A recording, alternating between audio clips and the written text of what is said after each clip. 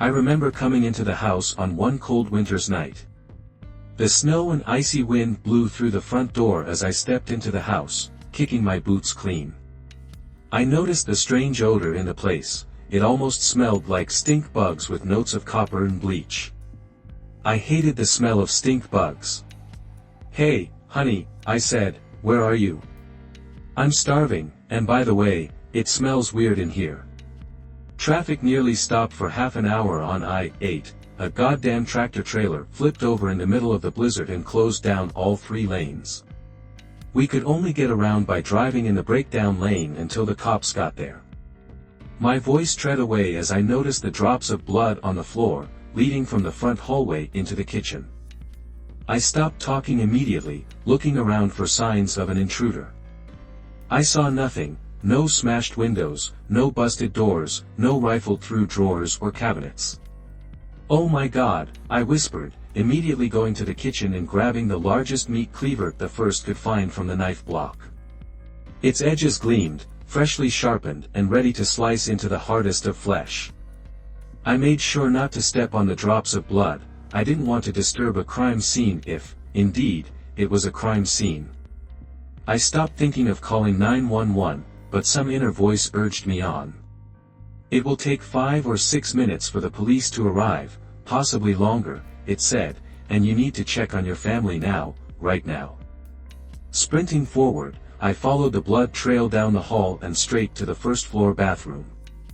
The door stood closed. I tried the handle and found it locked. "Hello," I said, pounding on the door, "who's in there? Open up." "Isaac, is that you?" a faint voice asked. I recognized the voice of my wife immediately. "Open the goddamn door," I screamed, rising waves of anxiety and adrenaline surging through my body. I immediately knew something was very wrong. I could hear it in the dead tone of my wife's voice, see it glistening on the floor in crimson droplets, feel it in the air like falling pressure before a thunderstorm. "Jenna, open the door," I heard some slight shuffling in the small bathroom, like someone dragging themselves across the floor. Then I heard a click, and I opened the door to find a chamber of nightmares lying beyond the threshold. My only son floated face down in the bathtub, and my wife sat back, down on the edge of the tub, rocking back and forth, her eyes flat and dead. "Why?" I whispered, horrified. "Why would you do this? Don't you know?" she murmured in a croaking tone. "Do you really not know that our son is the Antichrist?" Maybe I did have suspicions that something wasn't quite right with Max. It was more than the dead animals I kept finding strewn around the yard and under the house. It was more than the way his eyes seemed to shine in the dark when I wished him good night. No, it was a feeling, a cold empty feeling that seemed to follow him wherever he went. He had no friends at school, and animals avoided him like the plague. Dogs would start barking and howling when he walked down the street, and cats would hiss then disappear with a swish of their tail in a flash behind bushes or up trees. These things on their own wouldn't be too much evidence of anything, but they were far from the only evidence that Max was unusual. A month ago, a couple of boys had tried to bully Max at school. They ran out of the bathroom where it happened, crying and wetting their pants as blood streamed from their noses and ears. They wouldn't tell anyone what happened, and Max just kept smiling and staring at them with his large dark eyes. The school called an ambulance, and the doctors were baffled. They had to sit in the emergency room for 3 hours before the blood stopped pouring out of their bodies. They were white as sheets by the time it finally clotted, and the doctors had no idea of the cause. The 2 boys went missing a few days later, and the case ended up drawing media attention. The FBI came in but found absolutely nothing. It seemed like the boys just disappeared out of their windows, and then the trail immediately went cold. Tracking dogs couldn't find a hint of a trail. It was as if they had teleported from their bedrooms. Moreover, no neighbors had seen a thing. A couple of months later, a few hikers found the boys' fingers growing out of a tree on the Appalachian Trail, over 50 miles away. The FBI swooped in and used DNA testing to determine that these fingers belonged to the missing boys from Max's school. No one ever explained how the rotting fingers had become quite literally fused into the tree, however. No one ever tried to bully Max again after that. In fact, the other kids gave him as much distance as possible. I tried to watch Max when he didn't know I was looking. He was only an 8-year-old boy, but he could put on masks like a psychopath and charm nearly anyone he met. As soon as they turned away, though, he would scowl and narrow his eyes as if he wanted to stab them in the back. But this was my son, after all. I loved him, and I think he loved me in his own strange way. Even my wife said she loved him, and she claims that's why she had to kill him. A strange kind of love, I admit, but I don't think she's lying. I think she did love him, and she feared what would happen when his ascension had finished and he sat on a throne of bones, crushing out the lives of millions of people with an iron heart. She feared the consequences for him, she said, only for him, and she loved him, and so she had to kill him and stop it now before it grew into a grinding juggernaut that devoured his soul and sent him to hell. Are you my true father? Max had asked me that morning as I sat at the kitchen table. I put down my coffee cup slowly with shaking hands and turned to look at my son. Yeah, of course, I said with a trembling voice. Why would you ask such a crazy question? He stared at me for a long moment, his eyes so dark they looked black, blazing with an inner light. His pale white skin looked as smooth as a statue's, and dark hair fell over his chiseled features. If it weren't for his aloofness and cruelty, it would have been a very beautiful boy. Instead, he radiated a coldness like the moon, an aura that gave light but no heat, a kind of reptilian psychopath detachment that extended to everything he did. He would laugh when he saw fatal car accidents on the highway or heard news reports about wars and murders. I don't think you are my true father, Max said, still staring at me, reading me like a book. I felt myself begin to sweat. Max, that's ridiculous, I said. Your mother and I have been married, then where does my power come from, he asked. Why do I possess what you will never? I know I'm related to mother, he spat out the word as if you were a filthy thing. Mother, but you I know not where my divinity comes from. You seem weak and foolish to me. At least mother has the courage to admit that she hates me. You grapple and pretend, and then when my back is turned, you sneer at me. In my ascension, I know you do. You are a last man, like many others. Your kind is irksome, as fleas hopping all over the world without meaning or the will to power.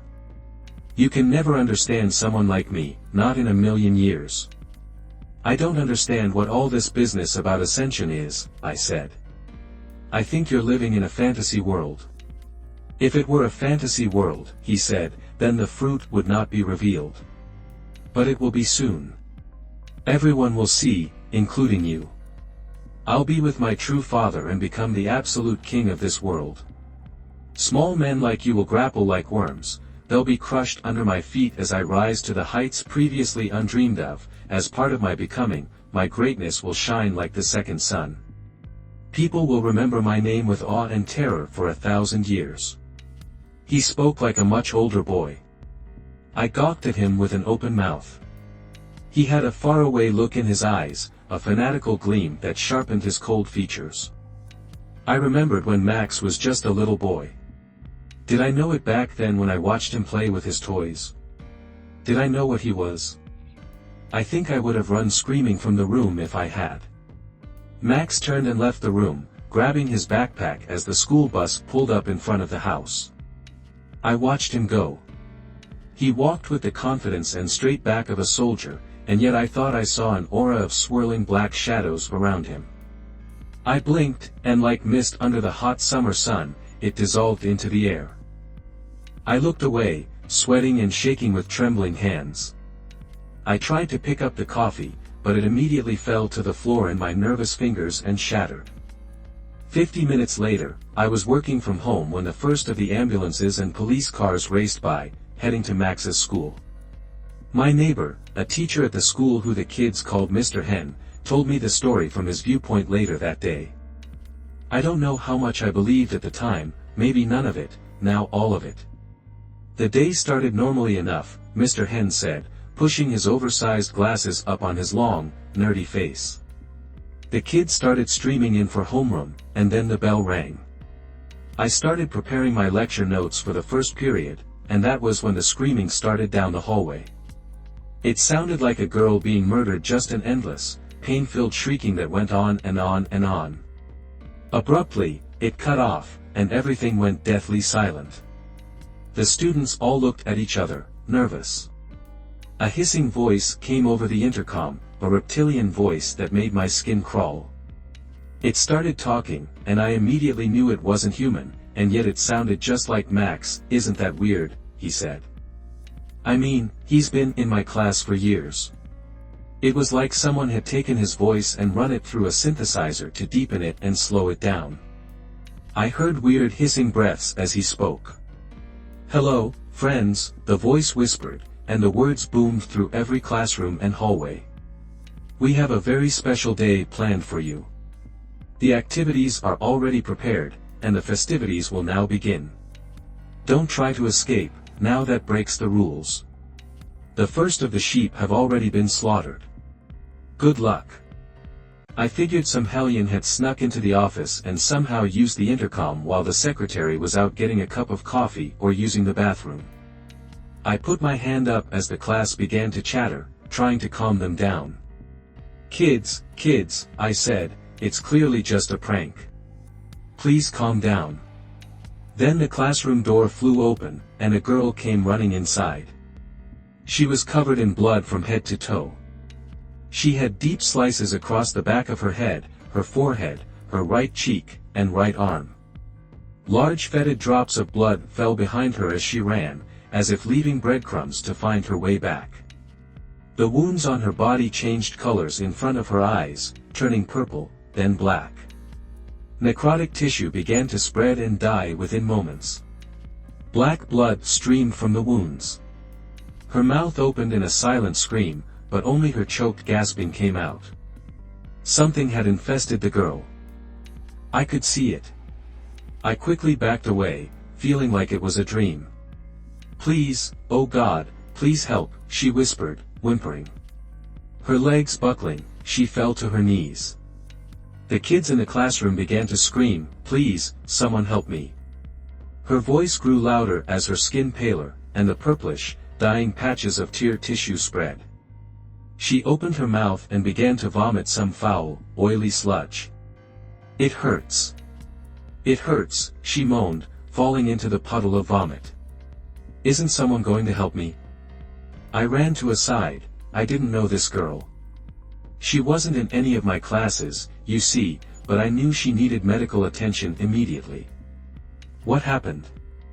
I asked. "Who did this?" She got close to my ear and whispered, "There's things in the hallways that shouldn't exist," she said, still whimpering. She coughed up more blood and black fluid, rolling onto her back afterwards and breathing hard. Her eyelids fluttered, and her skin went pale. I thought she was losing consciousness until her eyes rolled back in her head, and she sat up grinning. Flaws began to rip out of her fingers. Black tears streamed down her face, and that dark sludge dripped from her mouth like diseased drops of saliva. Her body lengthened, and her arms and legs broke and twisted. I could hear the bones snapping like tree branches during a winter storm. I watched the transformation in horror, backing away.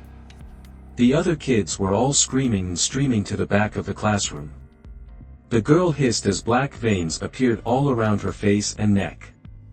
She rose and walked towards the scared kids in the back, her movements as smooth as a synchronized dancer's, jerky and twisted, nightmarish in their own way.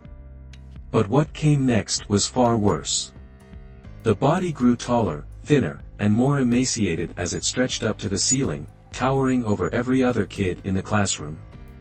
She must have grown to at least 7 feet by that point. Her arms reached out, the bone-white claws sharpening as she struck out at the screaming row of children in front. I saw drops of blood splash against the back wall, and a couple of boys stumbled forwards, their throats slashed wide open. Their panic-stricken faces grew pale and bloodless as they choked and tried to scream, but only bubbling gasps came out. I saw the window was open, and I was on the first floor. I decided to run to try to get help. I knew we needed policemen and medics at the scene, and I couldn't do anything to save the kids. Well, to be honest, I feel terrible about it, but I did run. As the screams followed me from the back of the classroom, I jumped right out the window and ran across the playground, scaling the fence. But as I went, I heard a strange, shrill laughter coming from the intercom. And you know what? I'm positive the voice sounded just like Max's. Max came home early from school that day, grinning and laughing. He was in a fine mood. I don't know what happened after the teacher left or how many people died in that building of horrors, but I know that Max caused it all the first spring steps in the path of his ascension, the foundational layer to his throne of bones. Mr. Allen had talked to Jenna early that morning, immediately after running home from that den of nightmares, and she had already put a plan into motion when Max got home from school. She gave him a Gatorade with a large amount of phenol she had purchased from a random drug dealer in the inner city, dissolved inside. She added some more sugar to mask any slight bitterness and gave it to the grinning boy with large, black, pea-like, smoldering coals for eyes. He drank it quickly, looking at her the whole time with his dilated eyes. He smiled and got up but soon afterwards collapsed. Jenna found him unconscious in his bedroom and dragged him to the bathroom. She filled it up and held Max underwater until the bubbles stopped. As my wife explains it all to me, a sense of loss and horror came over me. I didn't know if I missed Max or not. His swollen blue face showed without a doubt that he was dead. I took my wife outside and sat her down at the table, debating whether I should call the police. No one had ever told me what to do in this situation, and I felt like I was flying blind. I got up, pacing. I went to the oven and started brewing some instant coffee. Soft footsteps rustled behind me. I turned around to see Max, seemingly alive and well, but also changed in some fundamentally disturbing way. His eyes had now turned fully black. He hovered inches above the ground behind my wife, smiling at me. His teeth seemed much sharper and longer than before. A feeling of electricity sizzled in the air. I could see some sort of expansive black aura rippling around his pale skin, dark and cold as empty space. Goosebumps rose on my body just from being near that sickly aura. The water pot began to boil behind me. Behind Max, I saw the strange, mutated children from the school creep out from the front hallway. 4 or 5 of them skittered about with emaciated, twisted legs bending in ways no human leg should bend. Their heads nearly scraped the lower kitchen ceiling. Their pale, broken arms reached down to their knees, joined in myriad areas. I could hear the soft cracking of bones now as they slowly moved forwards, a light snapping sound like small twigs broken underfoot. Their blank, white eyes constantly dribbled ebony tears that stained their bleached, bloodless skin. "Mother, mother," Max said condescendingly, sounding like a disappointed parent. "You should have known that you cannot kill me except by decapitation or by burning my body. Do you really think my true father would let a worthless louse like yourself kill me before my ascension to the throne? Are you that foolish and blind?" Jenna began to cry, refusing to look at her son. "But I respect your courage in action for that. I will give you a quick death." He looked straight at me, "Which is something you'll not receive, fake father. You're a weak, worthless coward, and you deserve to die slowly, screaming yourself hoarse, and pleading for release. But so do the screams of the weak sound as a beautiful symphony to the ears of my true father and myself. The deaths of the weak will pave the road to a new world." He motioned to the mutated children behind him. The bodies had become so twisted and contorted that I couldn't tell whether they had been boys or girls. They looked only like monsters now, like walking corpses. In a blur, one of them ran forward and grabbed my wife's head. A scream bubbled in my throat as I watched, but it was over before I even knew what was happening. The thing used his crooked, clawed fingers to twist the head, snapping her neck in a second. Jenna's face was now looking straight behind her, the skin on her neck spiraling around in sickly folds on her broken flesh. I saw burst blood vessels and rapidly spreading purple bruises. She gave a death grasp, releasing an endless choking breath.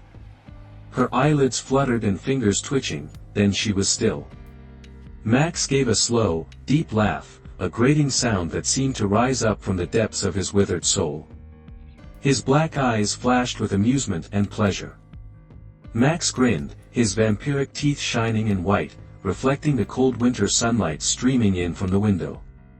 The water pot began to whistle as an increasing torrent of steam poured out of it. Without hesitation, I spun and grabbed it, flicking open the spout by pressing the button on the handle, and I flung it at Max. The boiling hot water flying out in a spiraling stream, as the metal water pot circled through the air, it all seemed to happen as if in slow motion.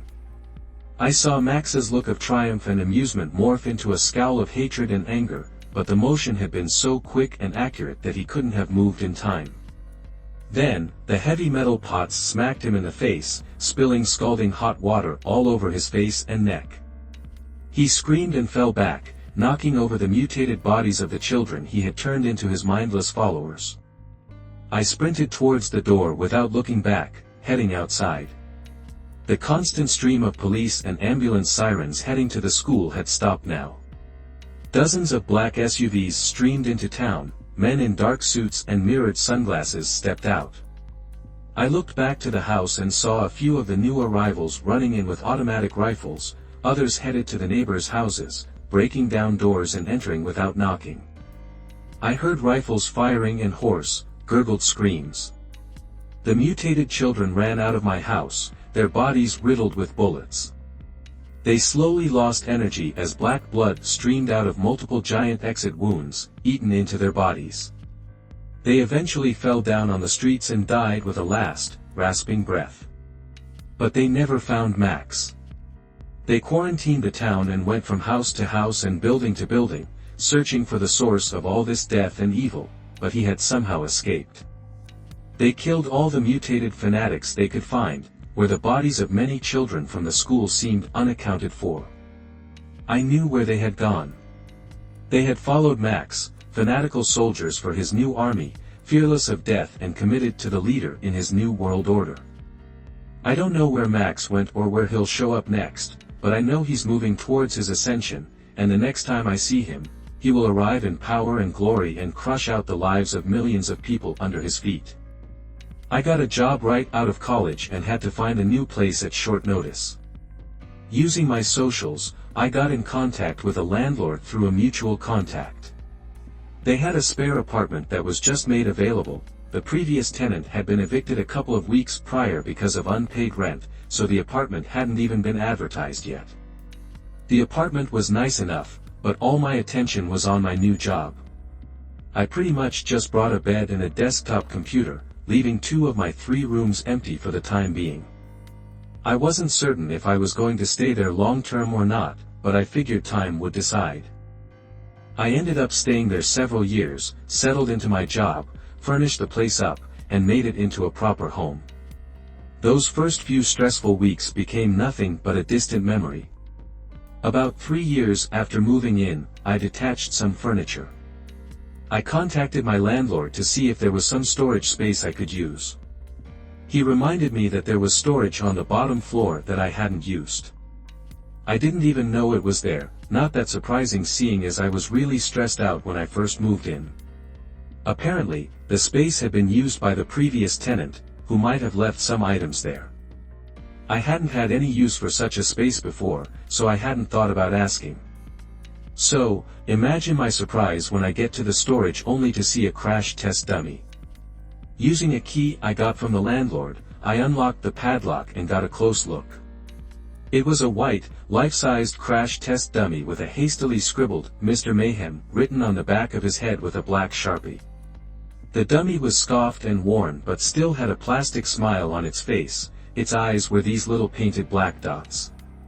It looked like it had been through hell and a half. I asked the landlord about it, and it turns out the previous tenant had used it as a sort of mascot. They brought it out for fun for parties, pranks, that kind of thing. I saw a music video once where a carpool lane was used in a similar way. My landlord shared it was just this funny thing he'd gotten from his job when they upgraded to newer dummies. It was probably more than 40 years old. I cleaned out the storage and stashed away my furniture. I thought about what to do with Mr. Mayhem and figured it'd be a fun piece for my upcoming Halloween party. I could dress it up in something and keep it by the entrance, it'll be the talk of the town. Still, there was something unnerving about it, the way its joints creaked and cracked, the frozen, painted-on grin, the sloppy joints rattling haphazardly with every little movement. My early Halloween party is nothing extravagant. I get a couple of friends together, and we dress up, then we hit one of the local clubs for a costume party. It's like a pre-party, only with about 18 people or so. I dressed up Mayhem in a cheap pirate costume and had it stand by the door with a tray of snacks. I went as the Penguin, but everyone mistook me for the Monopoly Man. People came around at around 7. Mr. Mayhem was a big hit. There's just something about dummies and dolls that rub people the wrong way. It's the uncanny valley thing, I guess. It was the centerpiece for a lot of selfies that night. As the punch bowl got emptier and the night got darker, we all left for the club, leaving Mr. Mayhem by the door. I had a lot of fun and a few drinks too many. There was a bit of drama with two friends of mine having an argument, but all in all, it was a good night.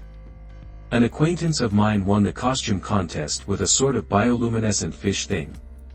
It was insane. If you've got a costume that you've got to charge batteries for, you've taken it to another level. In the moment, I couldn't tell anything was wrong, but if I'd listened a little closer, I would have heard a thing or two cracking and creaking heard from the alley out back as something moved. A bouncer mentioned a guy dressed as a crash test dummy. A dark silhouette just outside the frosted glass of the bathroom window. By the end of the night, I made my way home and slid the keys into my door, only to notice that it was already unlocked. I could have sworn I locked it, but figured I must have missed it in all the commotion. I did a drunken half-check around the apartment to see that nothing was stolen. There wasn't. I didn't even think about checking for Mr. Mayhem. If I had, I would have noticed there was nothing standing by the door waiting for me with snacks. I would have noticed the bowl having rolled off to the side, spilling wrapped toasts and butter caramels across the carpet. But no, my face planted into my bed and waited for another day. It wasn't until the next morning that I noticed it was missing. I sent a couple of texts to the others of the party, asking if they did something to it. All I got was a resounding no in response. If anything, they just thought it had been a fun prop. I checked all over the apartment and the storage. I even asked my next-door neighbor if they'd seen anything. Nothing. Mr. Mayhem was just gone. It wasn't a big loss or anything, but I didn't like the idea of someone being in my apartment for no good reason. Things just don't disappear for no reason. If someone wanted a crash test dummy, I could have sold it for a quick $100 or so. Instead, I found myself running back and forth, growing increasingly anxious about someone being in my space. I even called the landlord about having the locks changed. The following Monday, Mr. Mayhem was still missing, while it was still on my mind. I had 100 more pressing matters at hand. It had started raining, and absent-mindedly wandered across the parking lot. I was almost at the front door when something in the back of my mind asked me to stop, like a sudden feeling of unease. It's hard to explain the challenge to look a little closer, so I did. Turning around and looking up, I could see Mr. Mayhem was on the roof of my apartment building with his head aligned straight forward. Someone must have dragged it up there as a joke. It looked like someone about to jump off a building. I was going to have to bring it down. I didn't want anyone to be accidentally traumatized. I headed straight for the door to the stairwell, covering my head with a file folder. The rain was relentless. Something smashed into the pavement right in front of me, a loud plastic bang as Mr. Mayhem hit the ground. A couple of feet further, and I'd have been crushed. I just stood there for a moment, hearing the rain tapping against my folder on my head. Mr. Mayhem was intact, but the body was just mangled, every single extremity bent at an unnatural angle. But that didn't hamper that eerie painted-on smile. I was a bit hesitant to touch it. My heart was rising. That thing was heavy, and it had fallen far enough to do some serious damage had it hit me, which it almost did. I dragged it back down into the basement storage. I had to shuffle around some furniture and ended up tossing it on top of an old sofa. I locked the storage with a padlock, turned off the lights, and closed the door behind me. I'd get rid of that thing soon enough. I went to bed early that night. I kept getting shakes and twitches as if my body was still recoiling from having Mr. Mayhem crash into the pavement right in front of me. I felt twitchy, as if I hadn't slowed down yet. I was stuck in high gear, and it carried over into the next morning. I stress cleaned my kitchen and bedroom before I even got breakfast. As I was cleaning in and around the fridge, I scooped out what looked like an old, faded note and post-it that must have been stuck to the fridge by the previous tenant. Don't let it out. I stood there, staring at the note for a good few minutes, letting my paranoia run rampant. I tried to explain it away, but every thought came circling back around to one point. There must have been a reason for Mr. Mayhem being left behind and what happened to the previous tenant. Over the next few days, I considered how to get rid of it. I thought about just driving it to the garbage dump and dropping it off somewhere, but I didn't like the idea of it being let out. I could burn it, but I had to get a good space to do it. I could just sell it, of course, that didn't feel responsible either. I was running out of patience and ideas, so I finally decided on sawing it up and dropping it into the river. I prepped a backpack with a saw, duct tape, a hammer, and garbage bags. The following night, I got to work. I dragged Mr. Mayhem out to my car and stuffed it into the trunk. I didn't want to do it in the daylight as the thing still looked like a person, and I didn't want to have to explain myself. I was going to drive down to a clear spot near the river and get to work. It wasn't far, but I had to cross the highway. It was a short drive, but it was tense. It felt like I was doing something wrong, like Mr. Mayhem was a person rather than a dummy. As I closed the trunk and got behind the wheel, I steeled myself. The moment I put the keys in, I got this strange impulse that I should have duct taped its hands and feet. Then again, why should I? It was just the dummy. I got stuck waiting at two separate left turns. Each time, I just sat there listening to the hum of the engine, expecting to hear a thumping or smacking, something coming from the trunk. I was expecting the thing to do something. It wasn't a rational thing to listen for, but I couldn't help it. And yet, nothing came. I crossed the highway, made my way down the river, and found a spot by a clearing where I wouldn't bother anyone. I parked my car, got out, and held my breath as I opened the trunk. For a split second, I could imagine someone lying there, a living person screaming, pleading for help. I blinked it away as the trunk revealed Mr. Mayhem in all his inanimate splendor. There was nothing here to fear. Still, just chopping up something with the shape of a person was going to be uncomfortable. I dragged it out to the bank of the river, laid out my tools, and took a good look at it. I reached for the hammer first to break the joints that would make it easier to saw. The thing was made to withstand serious punishment, breaking it wouldn't be easy. I started with the left hand as a sort of test run. I whacked out the joints and brought out the saw, but I got this sick feeling in my stomach with every crack. I never heard bone breaking, what I imagined that was it. I felt like a butcher, and those eyes, those plain-looking painted-on eyes, just little dots, but I felt them boring into my mind, a cheap human imitation but human nonetheless. I skipped ahead a few steps and aimed the hammer directly at its face. I brought the hammer down, smack after smack after smack, until the dummy cracked, then the nose buckled inwards, and the cheek split into butterfly-shaped shards. I picked out pieces with my nails. I shuddered. There was some sort of padding on the inside that just made my skin crawl. There was something about the texture. I paused. There was a small white growth, a tooth. I stepped back, looking down at the broken dummy. Just beneath the cracked surface, embedded inside was a dead man, mummified and dried within the confines of the plastic shell. I couldn't breathe. It had been there all along, hidden in plain sight. There were so many things to do that I couldn't begin to form a coherent thought. Who do I call? What do I do? Could I possibly be liable for some kind of damage? Who was the person inside? Were they missing? I stepped back, dropping the hammer.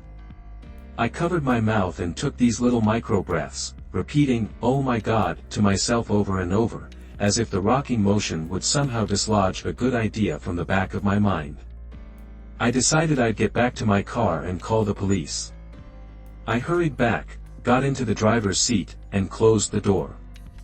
I took my cell phone to the emergency services, and then heard a click. I looked to the left, something fast moved my way, and then the world turned upside down in a sudden shock of pain. I drifted in and out of consciousness. I was somewhere dark and cramped. It must have taken me at least 10 minutes just to realize I was in the trunk of my car, and the car was moving. I could hear the radio, albeit it was turned down. I had a swelling over my nose, in my left eye, and I could feel my sense of balance being shaky at best. I reached for my cell phone, but it was still in the passenger seat. I never managed to call the emergency services. At some point, the car came to a stop. I heard the door on the driver's side open and close and the sound of someone walking away. There was a slight echo to it, suggesting we were parked somewhere inside, possibly a large space. I didn't waste any time. Instead of trying to open the trunk, I wriggled and crawled my way into the back seat. From there, I contorted myself into the driver's seat, locked the doors, and fumbled around for my cell phone, looking up intermittently. I could see that I was in some kind of storage facility. It was hard to tell, the lights were off. As soon as I felt the cold metal of the phone, I picked it up, unlocked it, and dialed the emergency services. It didn't take long for a voice to come in on the other end. "I've been kidnapped," I stuttered. "I don't know where I am." But if I hadn't talked so loud, I might have heard the footsteps coming back. If I'd been more attentive, I could have seen it in the rearview mirror. But I was both loud and inattentive, and it came at a great cost because, as the operator asked me about my name and location, the driver's side window was shattered into 1,000 pieces.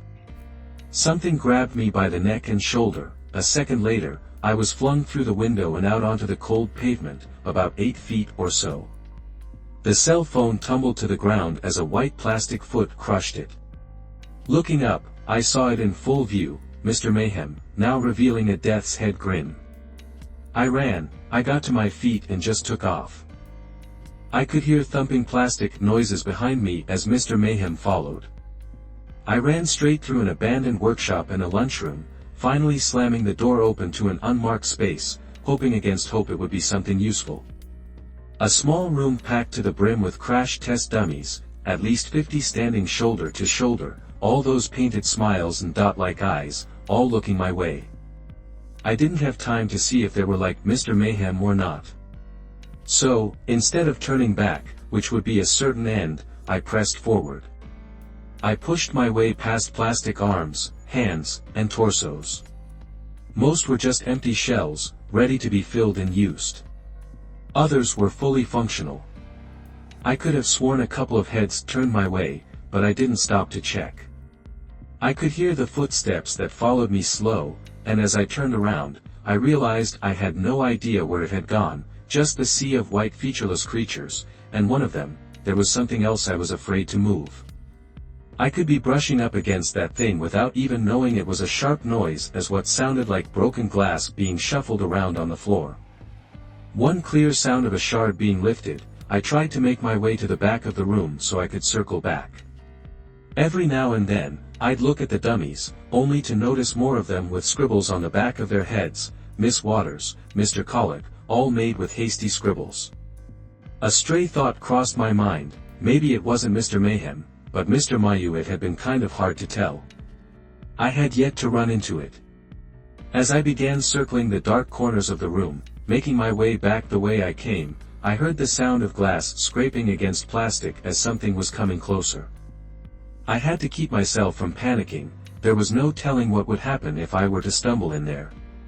Instead, I kept a steady pace, trying to count my breaths. 1, 2, rushing up against another dummy, I stopped. Something was strange, it didn't have a left hand. It slowly turned my way, revealing a dead man's face, Mr. Mayhem. An impromptu glass shank sliced at me, scraping the edge of my jacket and shattering against the wall. A handless left arm reached for me, but I pushed it aside. I bowled over the lifeless dummies and headed straight for the door, reaching it and leaving the dummies behind me. I slammed the door shut and hastily looked to see if there was a lock, but there wasn't. Before I could make a plan, the door came off its hinges and tumbled to the ground like a cracked bowling pin. Mr. Mayhem twitched forward, every movement sudden and painful. Making my way back to the workshop, I realized that there was no way I could outrun it. Mr. Mayhem was both faster and more resilient. I was grasping at straws, there had to be something, anything. My daughter's chain was coming down from the ceiling, and I kept going towards the back. Only to stop that chain I could use it. It was connected to a winch in the middle of the factory floor, probably used the hoist and move equipment. It would have to do. The timing had to be perfect, if I went too soon or too late, I'd be done for. I saw Mr. Mayhem approaching, step by step, unblinking painted eyes replaced with hollow sockets. Then, I pulled at the winch as hard as I could, hoping against hope. The effect was immediate. I hadn't seen the hook at the end. It shot straight up, impaling Mr. Mayhem's lower jaw. The chain was still slack, and it was getting closer, but it couldn't quite get to me anymore. Instead, I kept pulling and pulling and pulling, every rattle in the chain ringing it higher and higher into the air, like hoisting a flag. As the chain clicked into a lock, Mr. Mayhem was dangling 15 feet or so in the air. It stopped moving, even though it couldn't move its face. I could feel it looking at me, plotting. This wasn't going to be the end of it. I made my way back to the car, calling the emergency services as I wiped the broken glass from the driver's seat. As I was asked for a location, I noticed something on the far walls, a series of overalls hanging at the edge of the door, 3 to be exact, one for Patty Waters, and another for John Call, and the final one for Samson Mayhew. Eventually, the police came. I'd gone outside and collapsed against the wall, crushing a handful of overgrown wildflowers on my way down. I just sat there, picking the petals of a blue sunflower when the officers came around to ask me questions. I tried to explain that I'd been kidnapped and assaulted, but there was no way for me to tell them that the crash test on me had done it.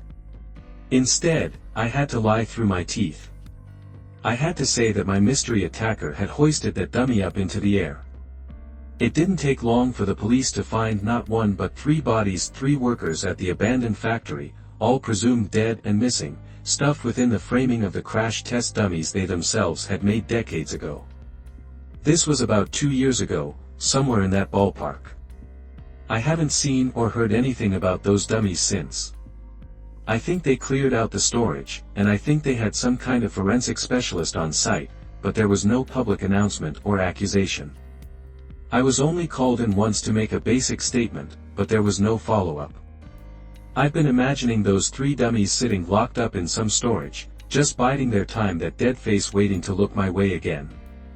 Now, the reason why I write this is because of something I read the other month. There was an article about a break-in at the county evidence locker, resulting in 1 wounded officer and a handful of pieces of evidence going missing. The suspects were described as 2 men and a woman, bald and wearing plain white clothes. If I were a betting man, I'd say there isn't much time before we start seeing more than 3 of these Misters and Mrs. If I hadn't gotten out of there, I'm pretty sure there was an empty casing that would, in time, have my name on it, and maybe there still is. The gentle sway of the train car had always been soothing to me. As a regional sales manager for a large pharmaceutical company, I spent more time on railways than I did in my own bed. The rhythmic clack of the wheels on the tracks was my lullaby, the ever-changing landscape outside my window, a constant companion. This particular Tuesday evening found me on yet another overnight train heading from Chicago to New York for a critical meeting. I settled into my usual routine, laptop out, spreadsheets open, a cup of mediocre coffee cooling on the fold-down tray. The first sign that something was amiss came about 3 hours into the journey. I glanced at my wife's watch, frowning slightly. We should have reached Cleveland by now, but the cityscape outside remained stubbornly rural. Fields and forests rolled by, bathed in the eerie glow of a full moon. I flagged down a passing attendant, a middle-aged woman with graying hair and a pinched expression. "Excuse me," I said, "but shouldn't we have reached Cleveland by now?" She gave me a strange look, her eyes slightly unfocused. "Cleveland? I'm sorry, sir, but I'm not familiar with that stop. Perhaps you're thinking of a different route." Before I could respond, she hurried away, disappearing into the next car. I sat back, puzzled. How could she not know Cleveland? It was a major stop on this line.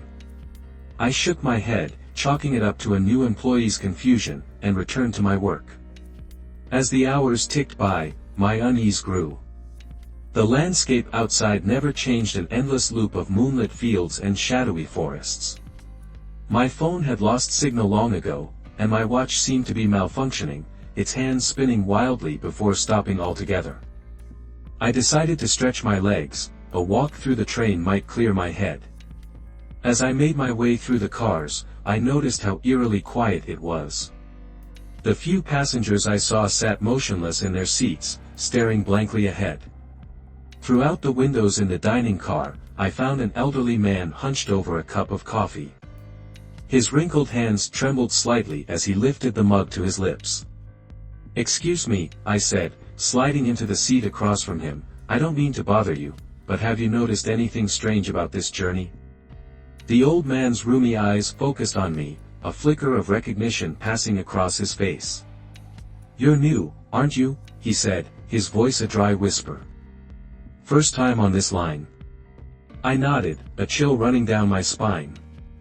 "What do you mean, this line?" "This is just a regular Chicago to New York route, isn't it?"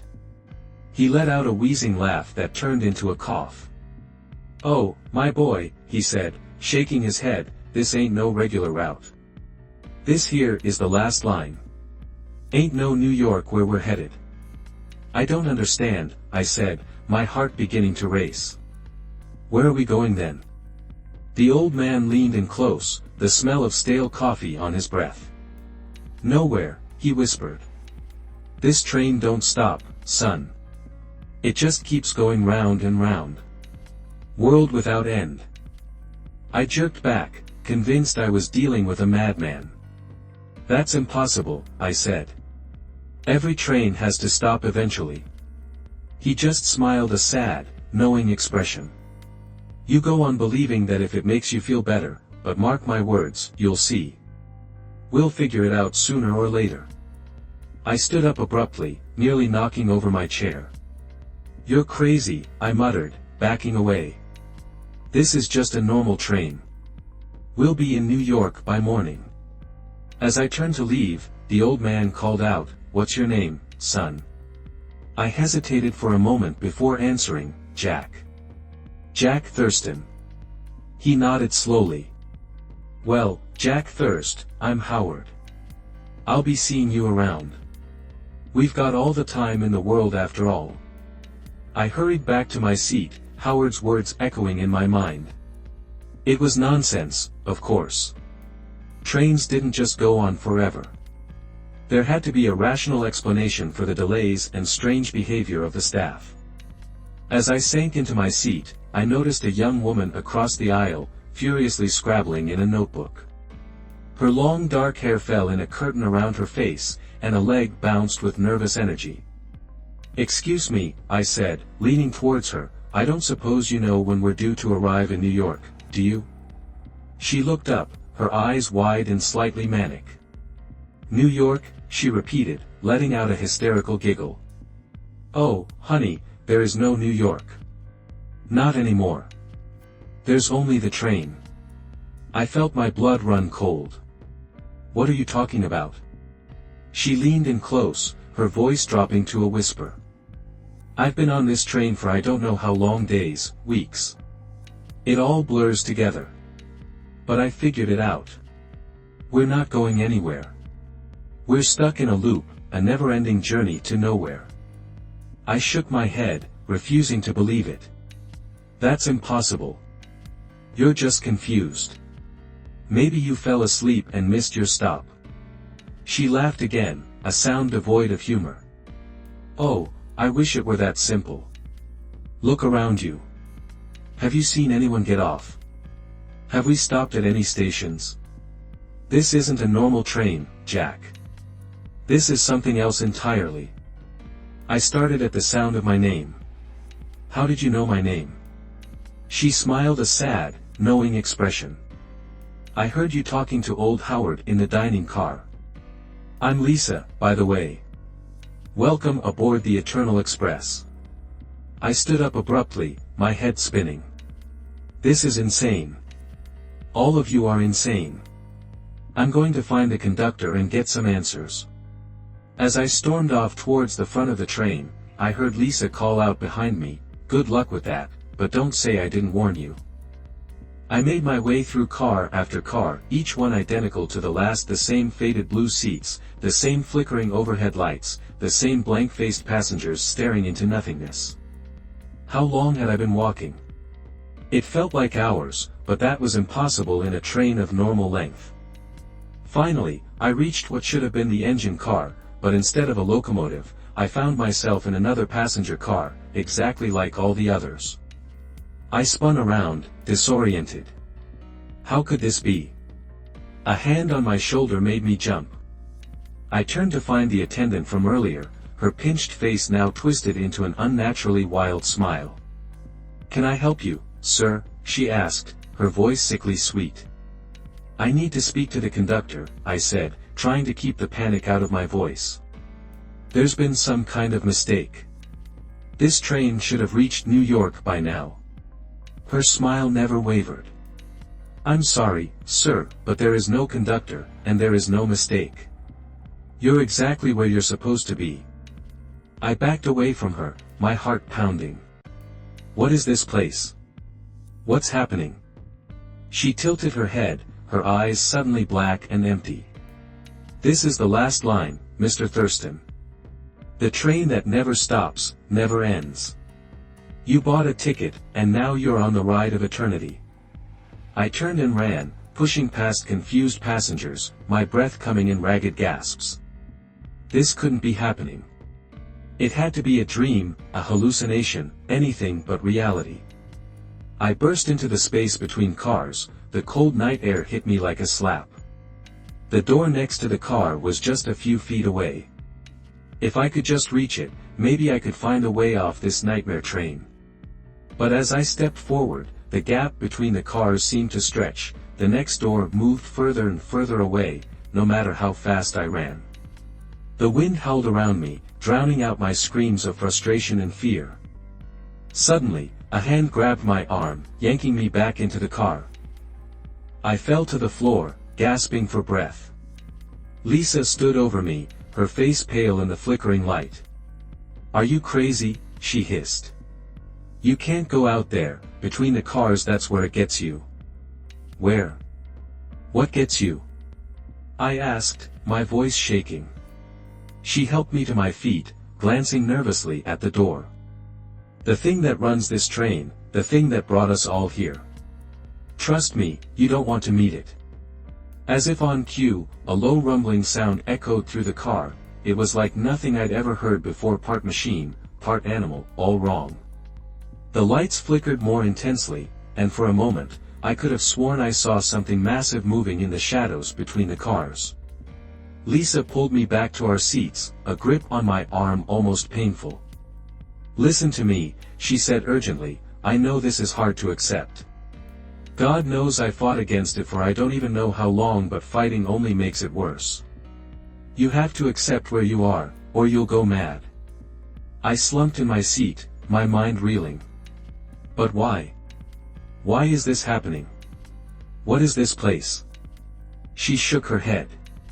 "I don't know. None of us do. All we know is that we're here, on this never-ending journey. Some think it's hell, others purgatory. Old Howard thinks it's some kind of cosmic mistake. Me? I think it's just the universe's way of saying, tough luck, kiddo. I looked out the window, watching the same moonlit landscape roll by. How many times had I seen those same fields, those same trees? How long would I continue to see them? So, what do we do? I asked, my voice barely a whisper. Lisa gave me a sad smile. We ride, we talk, we try to stay sane, and we hope that maybe, just maybe, one day we'll reach the last stop. As the train rolled into the endless night, I realized with a sinking heart that my journey had only just begun, and the destination that remained a terrifying mystery. Days blended into nights, and nights into days. The monotonous rhythm of the train became the backdrop to my existence. I lost count of how many times I'd watched the same scenery roll by, how many times I walked the length of the train, hoping to find something, anything different. Lisa became my anchor in the sea of madness. We spent hours talking, sharing stories of our lives before the train. She'd been a journalist, always chasing the next big story. Yes, I found it, she would say with a bitter laugh, gesturing at our surroundings. Old Howard joined us often, his weathered face a map of the time he'd spent on this hellish journey. Been riding this rail for longer than I can remember, he'd say, his rheumy eyes distant. Seen folks come and go, some just disappear, others. He'd shake his head. I learned to fear the spaces between the cars. Sometimes late at night, when the train's rhythm seemed to falter, we'd hear things scraping, slithering sounds. Once, I caught a glimpse of something massive and dark undulating past the windows. Lisa pulled me away before I could get a better look. Trust me, she said, her face pale, you don't want to know. The other passengers were a mix of the resigned and the mad. Some, like us, tried to maintain some semblance of normalcy, others had given in to despair, sitting in the same spots day after day, staring blankly at nothing. And then there were those who'd lost their minds entirely, growling through the cars with wild eyes and incoherent ramblings. One such soul was a man we called the preacher, tall and menacing, with a tangled beard and eyes that burned with fanatical fervor. He would roam the train, shouting about sin and redemption. We're all here for a reason, he'd bellow, spittle flying from his lips. This is our punishment, our penance. Repent, and maybe, just maybe, you'll find your way off this damn train. Most ignored him, but some listened. I watched as he gathered a small following, passengers desperate for any explanation, any hope of escape. It was on what I guessed to be my 100th day on the train that things took a darker turn.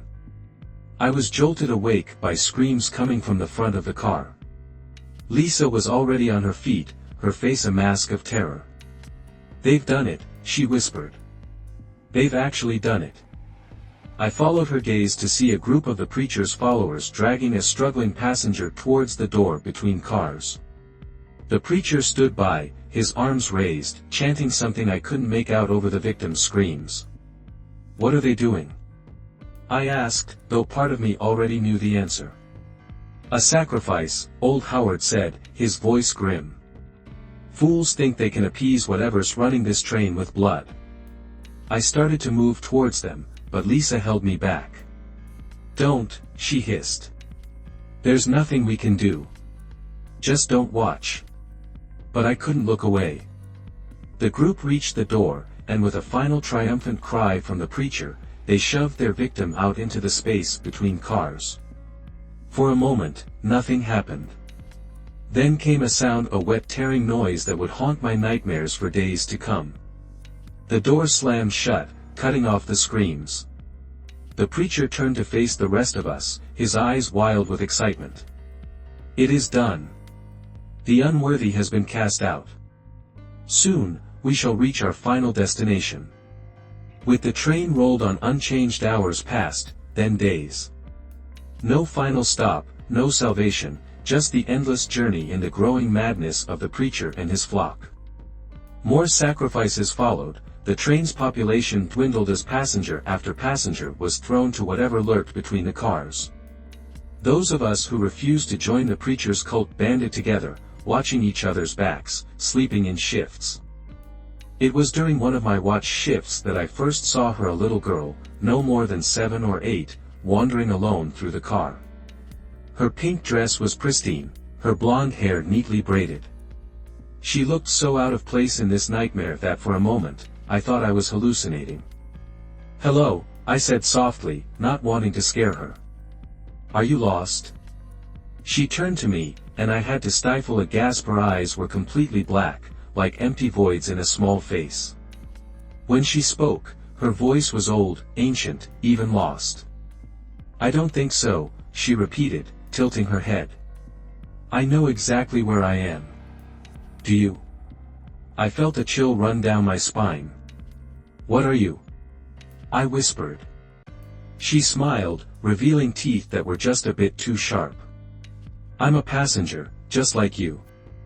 We're all passengers here, Jack. All of us riding the rails to eternity." "How do you know my name?" I asked, though I dreaded the answer. "I know everyone's name," she said, her black eyes boring into mine. "I know why they're here, I know their sins, their fears, their deepest, darkest secrets." She took a step closer.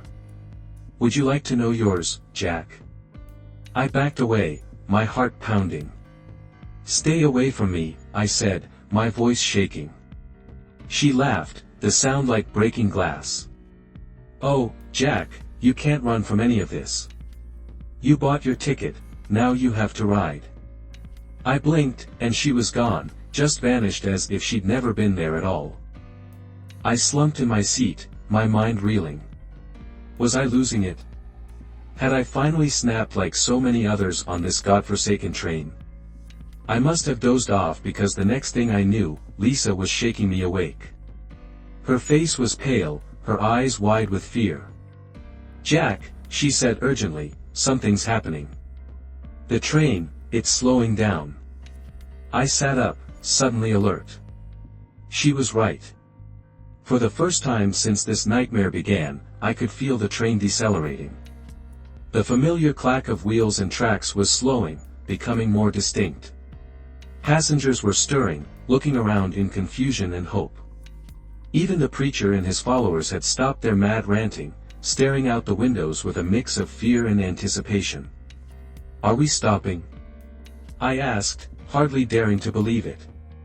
Old Howard shook his head, his expression grim. "Don't get your hopes up, son. In all my time here, I've never known this train to stop. Whatever's happening, it ain't going to be good." As if to punctuate his words, the lights in the car began to flicker more intensely than ever before.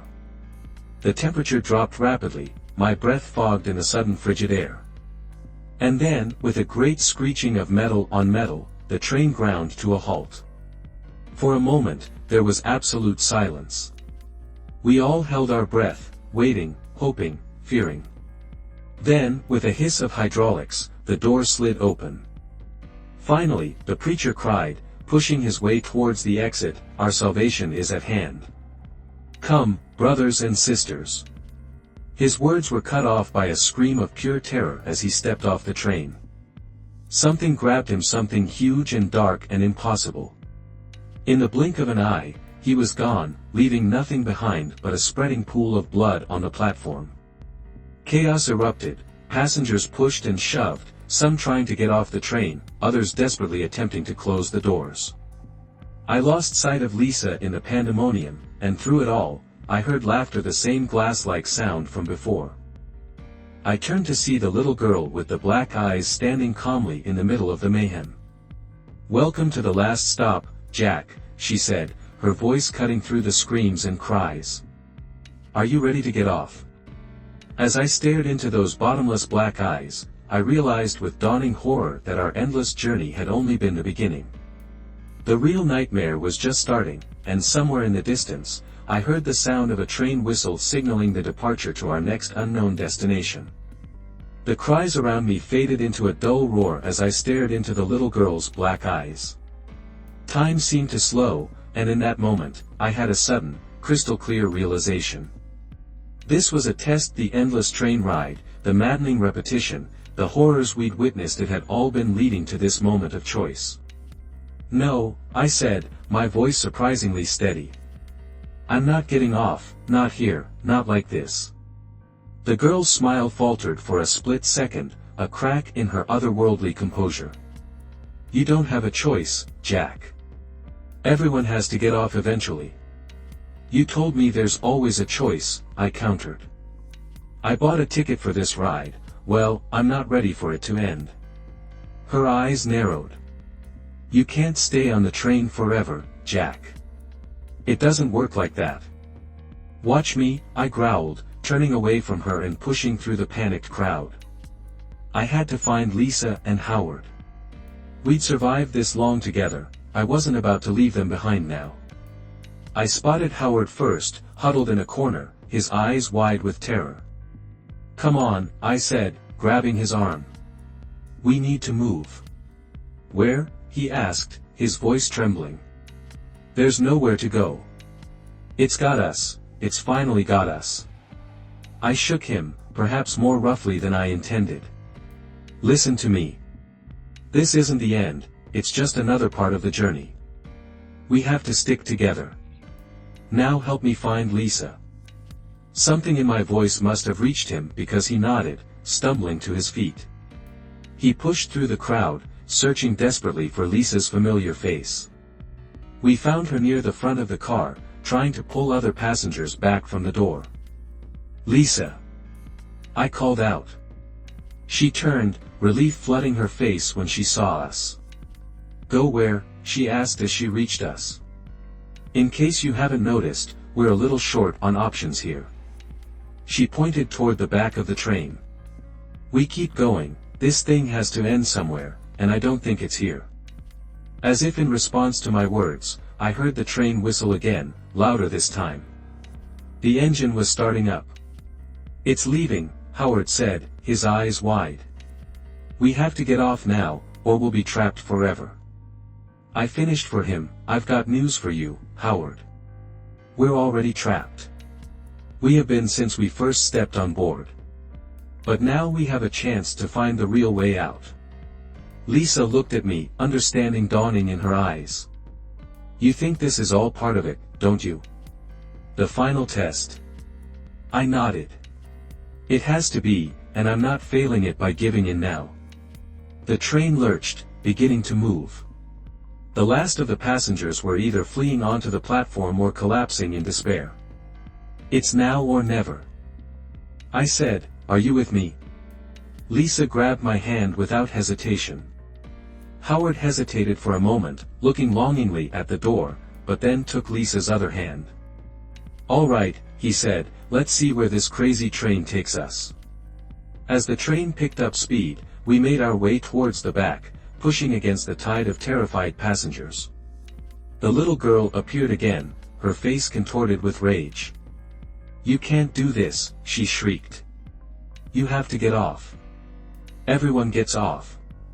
Not today, I told her, pushing past. We reached the final car just as the platform disappeared from view. Through the windows, we could see only darkness, not the familiar darkness of night, but an absolute void, empty of all light and substance. The train picked up speed, rattling and shaking more violently than ever before. We huddled together, bracing ourselves against the walls of the car. What now? Lisa yelled over the noise. We wait, I said, and we don't let go. The darkness outside seemed to press in on us, seeping through the windows like a living thing. The lights in the car flickered and died, plunging us into blackness. I could feel Lisa's hand in mine, how its presence at my side, but I couldn't see them. Then, just as suddenly as it had begun, the shaking stopped, the oppressive darkness lifted, and for the first time in what felt like an eternity, the train began to slow. Sunlight, real, warm, beautiful sunlight streamed through the windows. I blinked my eyes, not used to the brightness after so long in the train's artificial light. As my vision cleared, I saw that we were pulling into a station, a real station with people waiting on the platform, going about their daily lives as if nothing was amiss. The train came to a gentle stop, and the doors opened with a familiar hiss. For a long moment, none of us moved, afraid that this was just another trick, another test. Then Howard let out a whoop of joy and rushed for the door. Lisa and I followed, stepping out onto the platform on shaky legs. The station sign read, Grand Central Terminal. We were in New York. We had made it. As we stood there, breathless and disbelieving, I felt a tug on my sleeve. I turned to see the little girl with the black eyes, but now in the sunlight, she looked different normal, just a regular kid with brown eyes and a confused expression. "Excuse me," she said, her voice high and childish, "is this the train to Chicago?" I knelt down to her level, smiling gently. "No, sweetheart, this train just came from Chicago, but trust me, you don't want to get on it." She nodded, thanked me, and ran off to find her parents. I watched them go, a weight lifting from my chest. Lisa squeezed my hand. "Is it really over?" she asked, her voice barely a whisper. I looked at her, then at Howard, then at the bustling station around us. "Yeah," I said, finally allowing myself to believe it, "I think it is." As we made our way out to the station and into the bright New York morning, I knew the memories of our endless journey would stay with us forever. But we had faced the darkness, made our choice, and found our way back to the light. And if I ever saw a train again, it would be too soon. When tragedy strikes, it unfolds in the most unexpected ways. There were no ominous narrations or suspenseful melodies, no hint that the ordinary will suddenly transform into the extraordinary event in an instant. A cataclysm can reveal its devastating more, leaving chaos and despair for those left to witness. The air was chilly in November, and amidst the anticipation of a 4-day Thanksgiving weekend, the impending doom of the finals loomed, clouding our excitement that morning. I was in science class, doing my best on the final exam, too quickly. In the blink of an eye, everything changed. The events that followed were both inspiring and terror-inducing. As I recall, we were finalizing the evidence for our report when my ears popped as if I had rolled down the window of a speeding car. A jarring rumble shook the classroom, accompanied by a deafening blast that robbed me of breath. The fire alarm wailed as water rained down, drenching us. I sprang up from my desk with an odd adrenal focus, and we hastily made our way toward the aisle, abandoning our finals. Surprisingly, we maintained a semblance of order.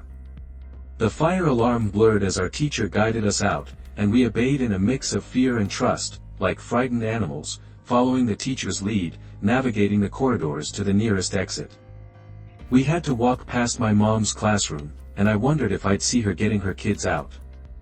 As I turned the corner, her classroom came into full view, and what I beheld was a nightmare made manifest. My heart seemed to stop, yet its frantic pounding was louder than ever. My mother's classroom door, torn off its hinges, lay in a shattered heap against the opposite wall. The threshold was consumed by a furious inferno, raging uncontrollably. I was now the one to stand witness to this wake. I don't know what compelled me to charge into that blazing mob. Was it delusion of invincibility, a desperate belief that I could save her like a superhero, or was it a simple act of need driven by an unexplainable force? I cannot say, even now. I pushed through the flames and smoke, and as soon as I crossed the threshold, the fire ceased its anger, descending the staircase with the grace of a stumbling infant. I hardly registered the loss of footing halfway down, adrenaline coursed through my veins, dulling the pain as I tumbled.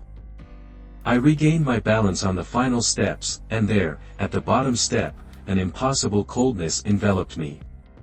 The chill of the air permeated my senses as I departed the bottom step. Inside the room, obscured by dense smoke, the cries of anguish echoed. A nervous sweat broke out on my brow as I ventured forward, guided by the sound. The acrid stench of burning flesh and hair assaulted my senses, threatening to overpower me. Gradually, my eyes adjusted to the darkness, granting me the unwelcome gift of sight. I wish they had failed me.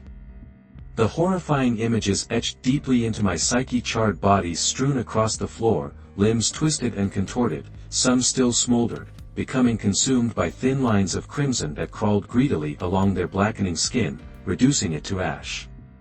The scene was catastrophic, repulsive. A nauseating sensation crept up from within, a familiar prelude to vomiting. I thought to suppress it, driven by an instinct to reach the crying and elating from an overturned desk in a far corner of the room. That must be my mom. She's still alive, I thought naively. My path was obstructed by the lifeless forms of classmates. Deep down, my gut warned me to leave, but I ignored it, almost reaching the desk. My attention was drawn to yet another body lying in my path. This one was slightly larger than the other. It took only a moment to realize the unthinkable. This was my mother. Her right side was gruesomely absent, her eyes clouded with milky white, and a jaw hung slack. She had lost an arm and a leg dead. My mother lay lifeless at my feet. The sound of sobbing erupted again, originating from behind the desk. No discernible words, just heartbroken sobs. Setting aside my grief for the moment, aided by shock, I left my mother's side to reach this person. The true magnitude of the disaster had not yet fully sunk in. The realization that no one could have survived the crying grew louder as I approached, echoing not only in my ears but in my thoughts. It drowned out the clamor of the alarms. It was as if I was snared in a waking dream where the cries became my soul's focus, blotting out every other sense. Reaching the desk, I cautiously peered behind it. My eyes were drawn to a huddled figure in the corner. His blackened skin mirrored the others, and he possessed little remaining. A dream ceased through his body as he faced the wall, his arms extended limply, wrists hanging from his forearms. "Hey," I yelled, "are you okay? Can you move?" I said as I maneuvered around the desk. Looking back on it now, it was incredibly obvious that he wasn't. No response, perhaps the explosion had damaged his hearing. Instinctively, I reached out and grasped his hand. The moment our skin made contact, the crying ceased, and the tremor subsided. Slowly, he began to turn his head towards me, his neck moving with jerky, disjointed snaps. And then I beheld his face. Leathery skin clung to his emaciated skull, while his eyes, wide, milky gray and white, mirrored my mother's. Through a slackened jaw, brown teeth peeked out, devoid of lips. His broken nose sat withered upon his face, completely nude. His leathery skin continued down his skeletal frame, with patches peeling off, revealing a putrid yellow fluid oozing from the infected wounds. I stood there in shock, taking in his convulsions and heaves. Suddenly, his head rocked like that of a newborn, and he took a ragged, strained breath. Then he let out a sound unlike anything I had ever heard. But that's not the right way to describe it. The sound triggered a sensation within me, a feeling that wasn't entirely my own. I was engulfed by an overwhelming grief, an intense pain that consumed me entirely. Guilt, as I'd never known, washed over me, threatening to drown me in its depths. I recoiled from the desk, stumbling backward until I fell into my mother's charred remains.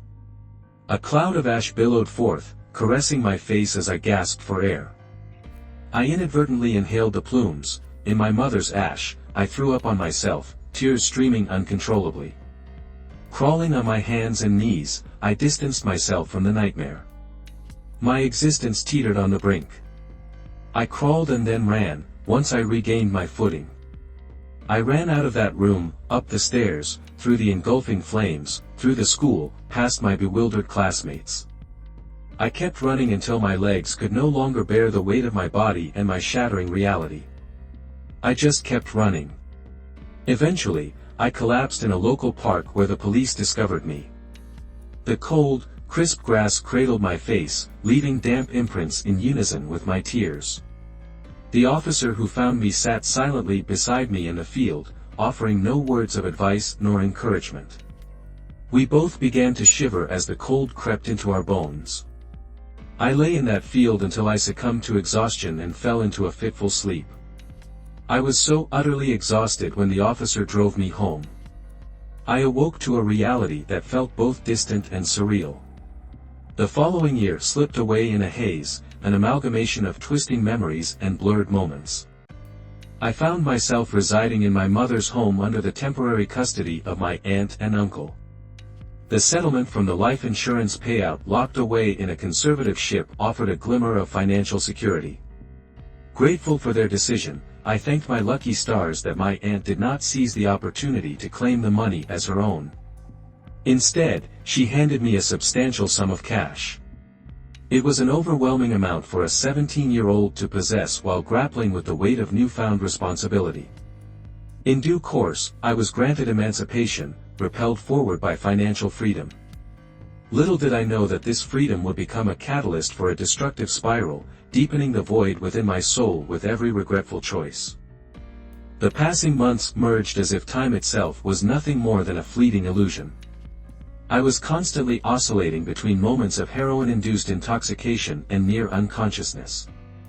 My days were spent in a perpetual state of chasing a fragile equilibrium. And so, as predictable and anticlimactic as it may sound, I succumbed to the overwhelming grip of a heroin overdose. I barely recall the nature documentary playing in the background as I craved another hit. Repairing the syringe, I found a suitable vein, and the liquid bliss spread through my veins, flooding my senses. Was it my fifth hit? Sixth, more than I'd ever done before. The rush surged through my body with an intensity one couldn't bear. My balance fled, and I collapsed onto the couch. My head spun in a disorienting haze, and I slipped into unconsciousness, unaware of the vomit that spilled forth from my mouth. At that moment, I believed I was on the brink of death. In my haziness, I faintly recall the piercing scream of someone who had entered the front door. I must have appeared as the visual embodiment of the death I had longed for. It was my aunt who discovered me in that state, a sight she never deserved to see. She was far too good to be exposed to the wretchedness that had become me. Rehabilitation became an inevitable path I had to tread. My therapist posited that the horrors I witnessed in my mother's classroom were projections of my mind, personifications of the hellish experiences I endured in the ensuing months. I grappled with a profound sense of worthlessness, despite the earnest efforts of those around me. Weeks continued to bleed into months, and progress toward emotional and mental recovery became a slow, agonizing burn. No matter the tools and coping mechanisms I acquired, no matter the mental acrobatics I performed, I found myself sinking deeper into the abyss. The insidious cravings for substances clung to my heart with sickening tenacity. By the end of that year, I retreated into seclusion, abandoning my education and embracing a life of isolation. Depression became my constant companion, blurring the days into an indistinguishable haze. I traded one vice for countless others, escaping reality through endless hours of content and video games, despising every fiber of my existence late into the solitary nights. Even in sleep, I found no respite. My nights were tormented by relentless nightmares, unyielding in their pursuit of stealing away what little rest I had left. My emotional nude here, I ceased to care for even the most basic needs. My body, an instrument of survival, was now perpetually hunched, bent by the weight of my deteriorating state. I'd become a repent wreck, a physical manifestation of the turmoil within my mind. I was a mirror reflecting the distorted image of my shattered mentality. The battle against my demons was slipping through my fingers, and I was losing myself in the process. In time, my life embarked on a transformative journey, emerging from the shattered remnants of an existence that had unwittingly become my solace. It began with a simple spark, an eruption of laughter. It was not a mere chuckle or a fleeting smirk, it was a deep laugh that reverberated within me. The sound itself was far into my ears, stirring confusion and exhilaration. At that moment, I felt immense pride swell within me. Soon after, I shed my former self, transitioning from a reanimated corpse to an animated being. My new addiction became growth, and I pursued it with fervor. I constructed a fortress, a barricade to withstand the relentless onslaught of my mind, taming the internal chaos that had consumed me, gradually reclaiming control over my destiny with every strained step. I crawled a feeble, yet indomitable way up that treacherous mountain, knowing I had to venture beyond my childhood home to nurture my emotional development. I decided without hesitation, I relinquished my home to my aunt, packed my belongings, and embarked on a journey to Florida. Florida became my homestead. I found refuge in a vacation cabin amidst the serenity of the Everglades. There were no neighbors for miles around, and the land belonged to a kind couple who were seldom present. The cabin, nestled within a dense, humid forest, provided ample opportunity to confront my innermost thoughts, aiding my recovery. Though reclusive, I reveled in the newfound freedom.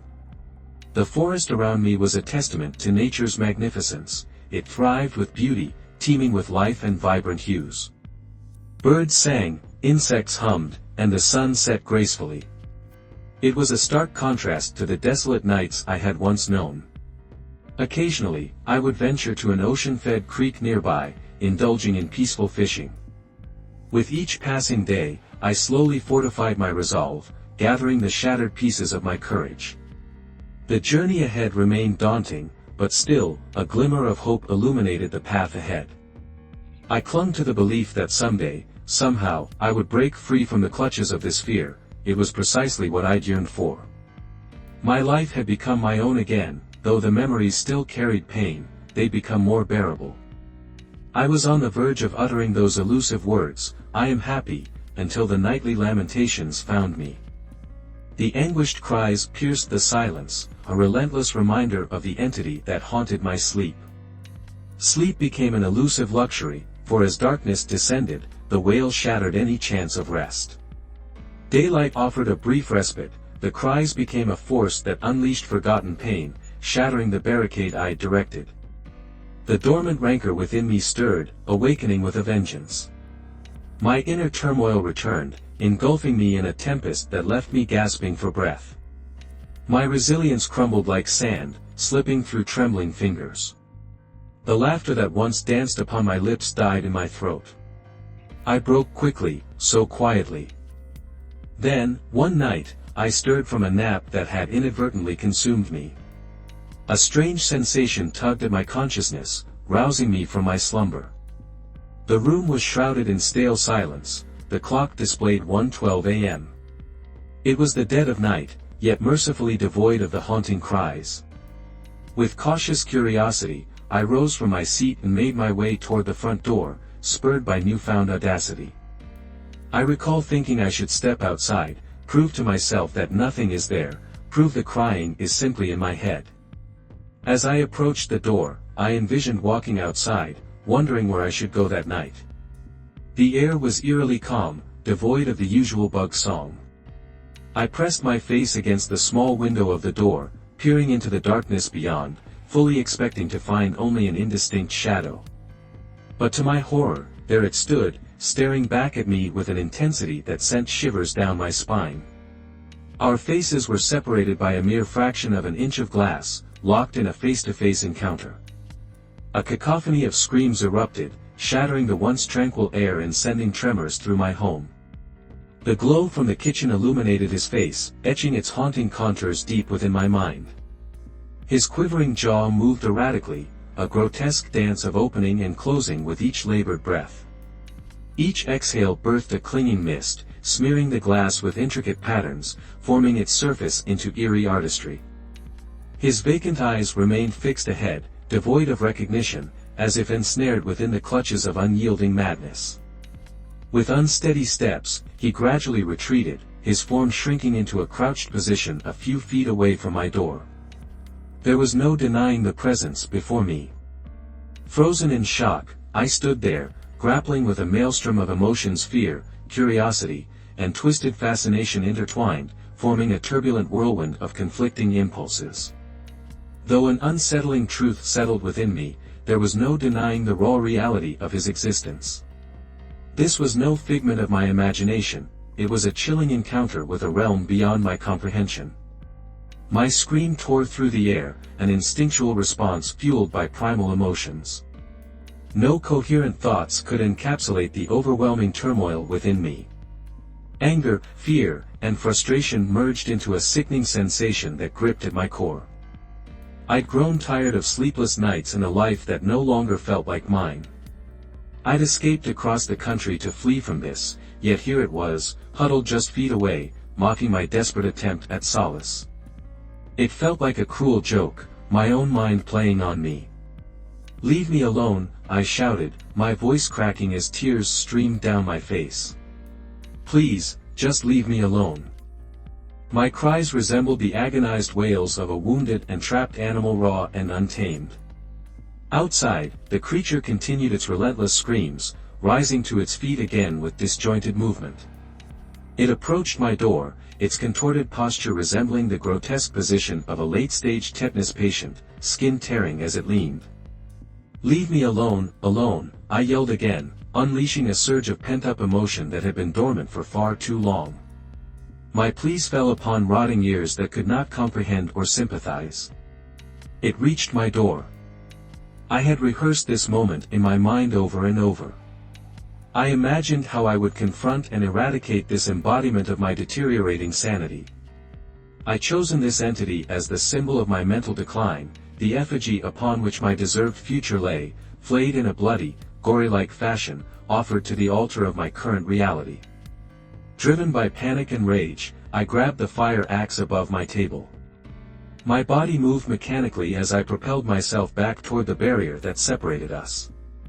A wordless scream of terror, revulsion, and hatred erupted from deep within me as I crashed through the door, my clenched teeth unable to contain the overwhelming intensity of my emotions.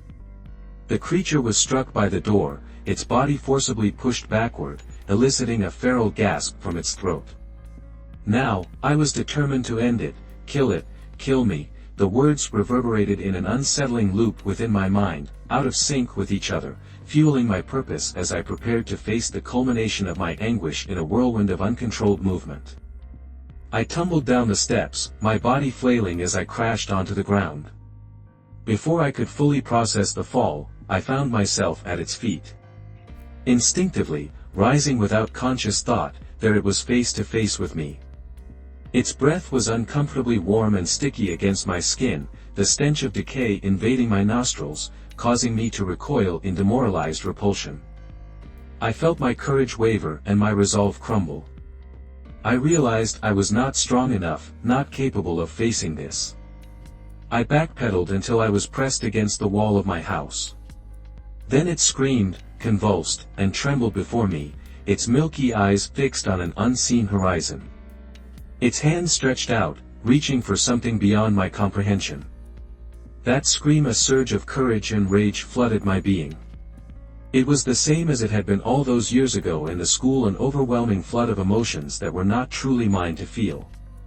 It's difficult to articulate, but I embodied those emotions and allowed them to engulf me, to consume me. "Kill," the word reverberated relentlessly in my mind. Springing forward with a wild scream, I swung the axe with all my might. The blade sank deep into its side. The sensation of bone deflecting the force of my strike is etched into my memory, never to be forgotten. Blood and other fluid sprayed from the wound as it took a few faltering steps to the side, pushed by the momentum of my assault. The creature ceased its cries, its tremors, its breath time stood still. It finally turned to look at me. Fear held me captive under its gaze. We stared at each other, locked in a moment that felt like an eternity. For breaths washed over me once more, seeping into my senses. Beyond that, nothing happened. We simply stood there, locked in a silent exchange. I steadied my frozen bones to throw my mind, transitioning from terror and frenzied rage to something else. It wasn't pride, but rather a different, indescribable emotion, yet it carried a sense of triumph. I believe unbeknown to me, it had reached out and gently grasped my arm. His touch went unnoticed until it began to speak. "I never meant to scare you," he rasped, his voice torn and ragged, struggling to emerge between shallow breaths. "I'm sorry this had to happen to you," it uttered, its words filled with agony and desperation. Tears welled up in its eyes, a flicker of pain crossing its face as its ragged hand clutched at the axe lodged in its new laceration. "Please, kill me," he wheezed, his pleas reverberating in my mind and reaching my ear simultaneously. With its other hand, it gripped the axe and brought the blade to its neck. "Kill me," the final word echoed like an explosion within my head, and his hand pressed against my face. Everything plunged into total darkness for a fragmented moment as I swung the axe. Suddenly, I felt myself hurtling through space, a void engulfing me. The air grew cold, and the wind whipped past, intensifying the disorienting descent. I screamed in a frenzy of confusion and terror, my voice was lost in the abyss. Downward, I plummeted faster and faster, the nauseating sensation overwhelming me. Did I die? Is this death? I'm dead. Thoughts of my imminent demise gripped me, but I resisted, unwilling to accept my fate just yet. In the distance, far below, a growing light pierced through the darkness. Fresh tears streamed down my face, blurring my vision and making it difficult to gauge the proximity of the light and how much time remained before I would be halted by the unforgiving ground. But it was rapidly approaching. I squeezed my eyes shut, unleashing a scream that echoed through the void. In the face of imminent death, I summoned every ounce of defiance within me. I want to live, the words echoed in my mind, a fervent plea repeating like a mantra. I curled into a protective ball, bracing myself for the impending impact that would mark my brutal end. Seconds stretched into eternity as I awaited the inevitable. Then, with a soft and gentle thud, I collided with the ground. The impact was akin to falling off the couch. A feeble whimper escaped me, carrying away the remnants of my shattered pride. Slowly, I uncurled my limbs and remained still, a mix of confusion and exhaustion paralyzing me. Was this death, or had I somehow managed to survive? At the very least, I was conscious. I reached out with my hands, feeling the texture of the hardwood floor beneath me. I attempted to open my eyes. The darkness engulfed everything, rendering me blind to my surroundings. Rolling onto my back, I extended my arms as far as they would go, searching for walls that eluded my touch. Instead, only finding a formless nothingness. A new fear emerged as a creeping suspicion arose: did I even have a face? With trepidation, I brought my unseen hands towards my face, and a sharp sting shocked me as my dirty, sweaty fingers met my open eyes. It burnt, and a faint chuckle escaped my lips, mingling with tears that continued to cascade down my face. I released a weak, triumphant sigh, throwing my arm in the air, and darkness claimed me once more. My consciousness slipping away, when I awoke, I found myself in an unfamiliar hallway, illuminated by ethereal torchlight.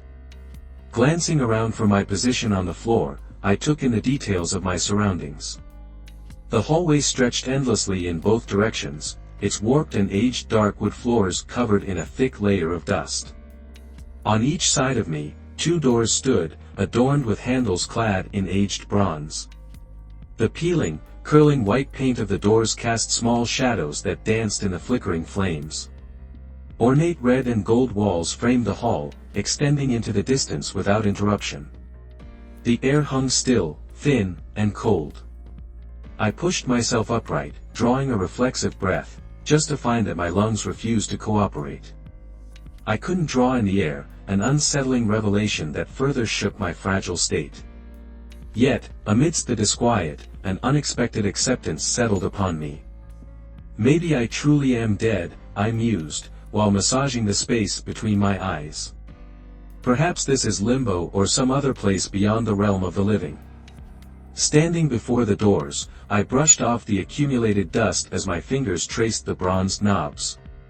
I attempted to turn the knob of the door on my right, it remained resolute, refusing to budge with my attempt. I turned my attention to the door on my left, hoping for a different outcome, yet once again, my efforts proved fruitless. The doors remained firmly shut, denying me entry. A sense of resignation settled over me as I contemplated the possibility that I had indeed entered a land of limbo or purgatory, where the deceased wandered aimlessly, seeking answers and respite. If there were lessons to be learned or tasks to be fulfilled, I had yet to discover them. But the absence of purpose, the prospect of eternal nothingness, weighed heavily on my soul. With a deep breath, I made the conscious decision to venture further into the darkness, forsaking the dwindling light behind me. Hours turned into an indeterminate passage of time as I traversed the corridor, my hand trailing beside me against the cold surface of the wall. Surprisingly, fatigue and hunger eluded me, further reinforcing the notion that I probably died. If this was the extent of my existence, an eternal cycle of aimless wandering, I yearned for something more. The prospect of mere nothingness, devoid of purpose or meaning, felt like a reality abandoned by the gods long ago.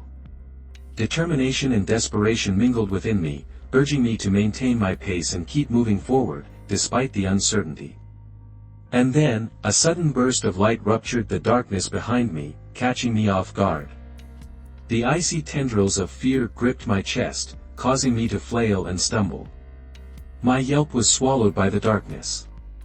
With a surprising display of grace, I flopped heavily on my stomach, clambered to my feet, and swiftly turned around, propelled by a sense of desperate longing. I hurtled toward the newfound light, driven by an unspoken fear that it would fade if I didn't reach it in time. Desperation fueled my actions as I launched for the handle of the nearest door, seeking the anchor to halt my momentum. The handle remained steadfast, unyielding, as it abruptly halted my chaotic trajectory. I clutched the doorknob with both hands, pouring every ounce of strength into my attempt to pry it open. I threw my weight against the door, pulled, hit, kicked, and pleaded in desperation, but the door remained unafflicted. Exhausted and defeated, I crumbled against the door, collapsing to my knees. I buried my face in my folded arms, tears flowing freely once again as a sense of hopelessness enveloped me. What was the point? There was nowhere to go, no escape from this place. I was trapped, imprisoned within my own personal purgatory. This was my punishment. Reality began to fracture, my veil of ignorance slowly lifting. Could I truly be dead? The realization dawned upon me, shattering the feeble illusion of safety and acceptance. I wasn't okay, I wasn't safe. The weight of my unease bore down upon me, threatening to consume what little resolve remained.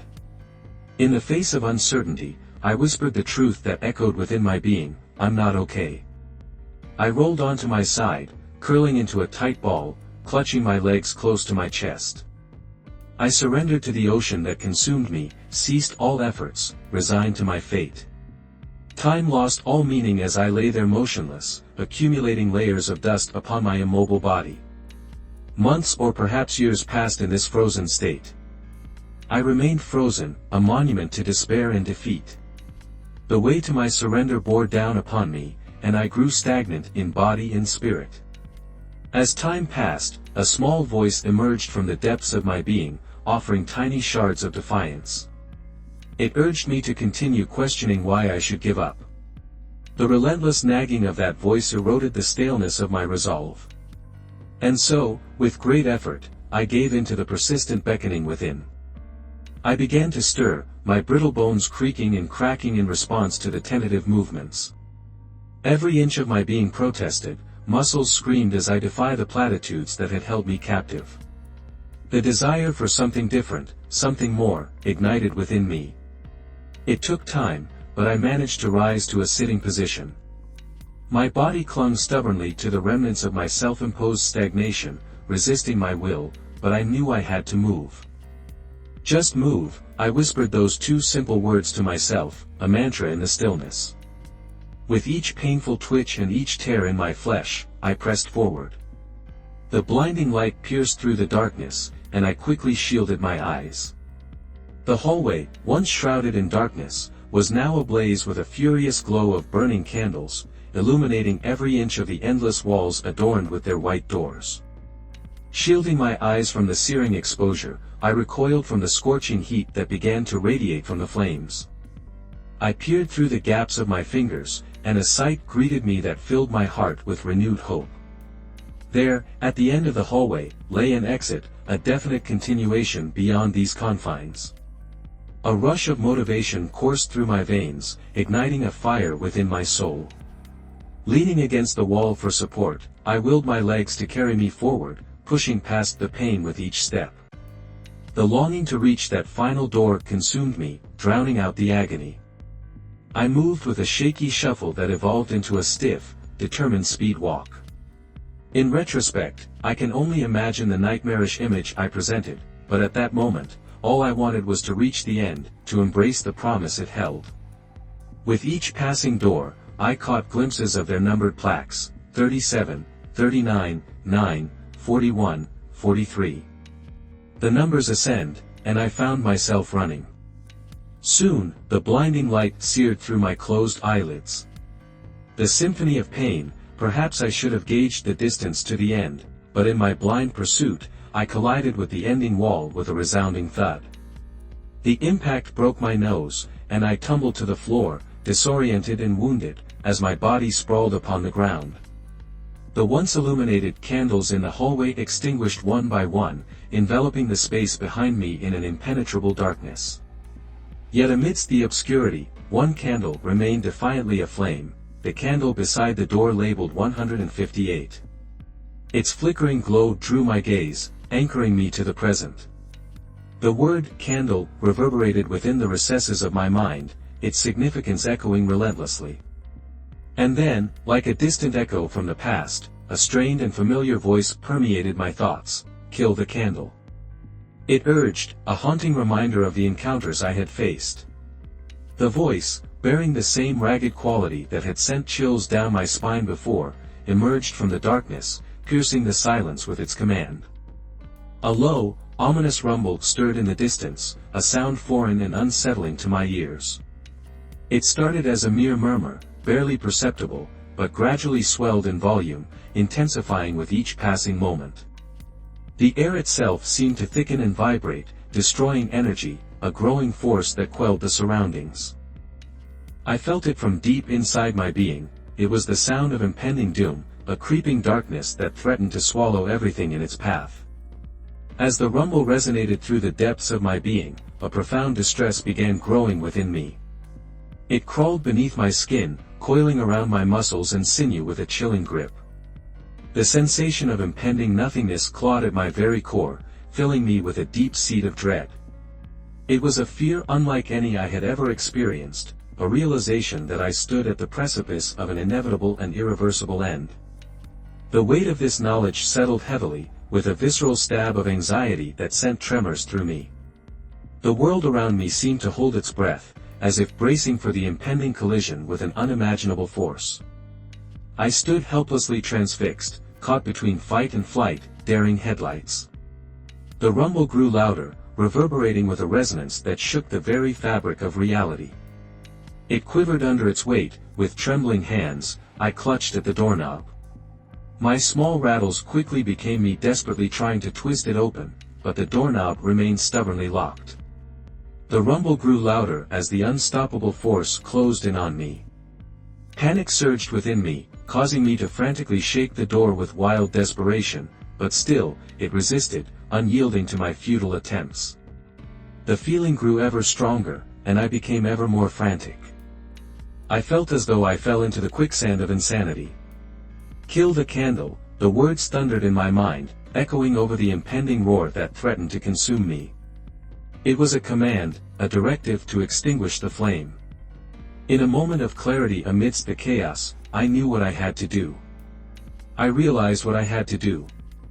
I reached out, smothered the candle flame with my bare hand, and at last, the door swung open. I was violently thrust forward, pulled into the void. A deafening roar receded, replaced by a disorienting rush of motion as I spun and flailed, completely at the mercy of another unseen force. Control slipped from my grasp once more, leaving me to surrender to the unknown as I flipped and spun through the void. Once again, abruptly, the tumult ceased, and I found myself standing outside my own home, as real as Tao frozen in time. There, I witnessed the enigmatic moment, a version of myself, suspended mid-swing, the axe poised to strike the creature's neck. It was a fractured moment of the reality I'd left behind, all that time ago. A moment frozen in time and space. Taking a hesitant step forward, I was abruptly head back into my own body, the fragments of my existence reuniting. Time resumed its course, and I felt the weight of the axe as it carried out its intended purpose. The blade connected with a solid metallic impact, tearing a new rift in the fabric of reality. I was again plunged into a jarring darkness. The whirlwind of confusion was the only thing familiar anymore. The musty scent of familiarity, reminiscent of my high school days, filled the air, punctuating the otherwise suffocating silence. In an instant, my vision returned, this time with a disorienting rush accompanied by dizzying vertigo. I found myself standing in the classroom where my mother used to teach, a place I hadn't set foot in for years. Confusion clouded my thoughts as I turned my gaze to the left, and there she was, my mother, staring at me in disbelief.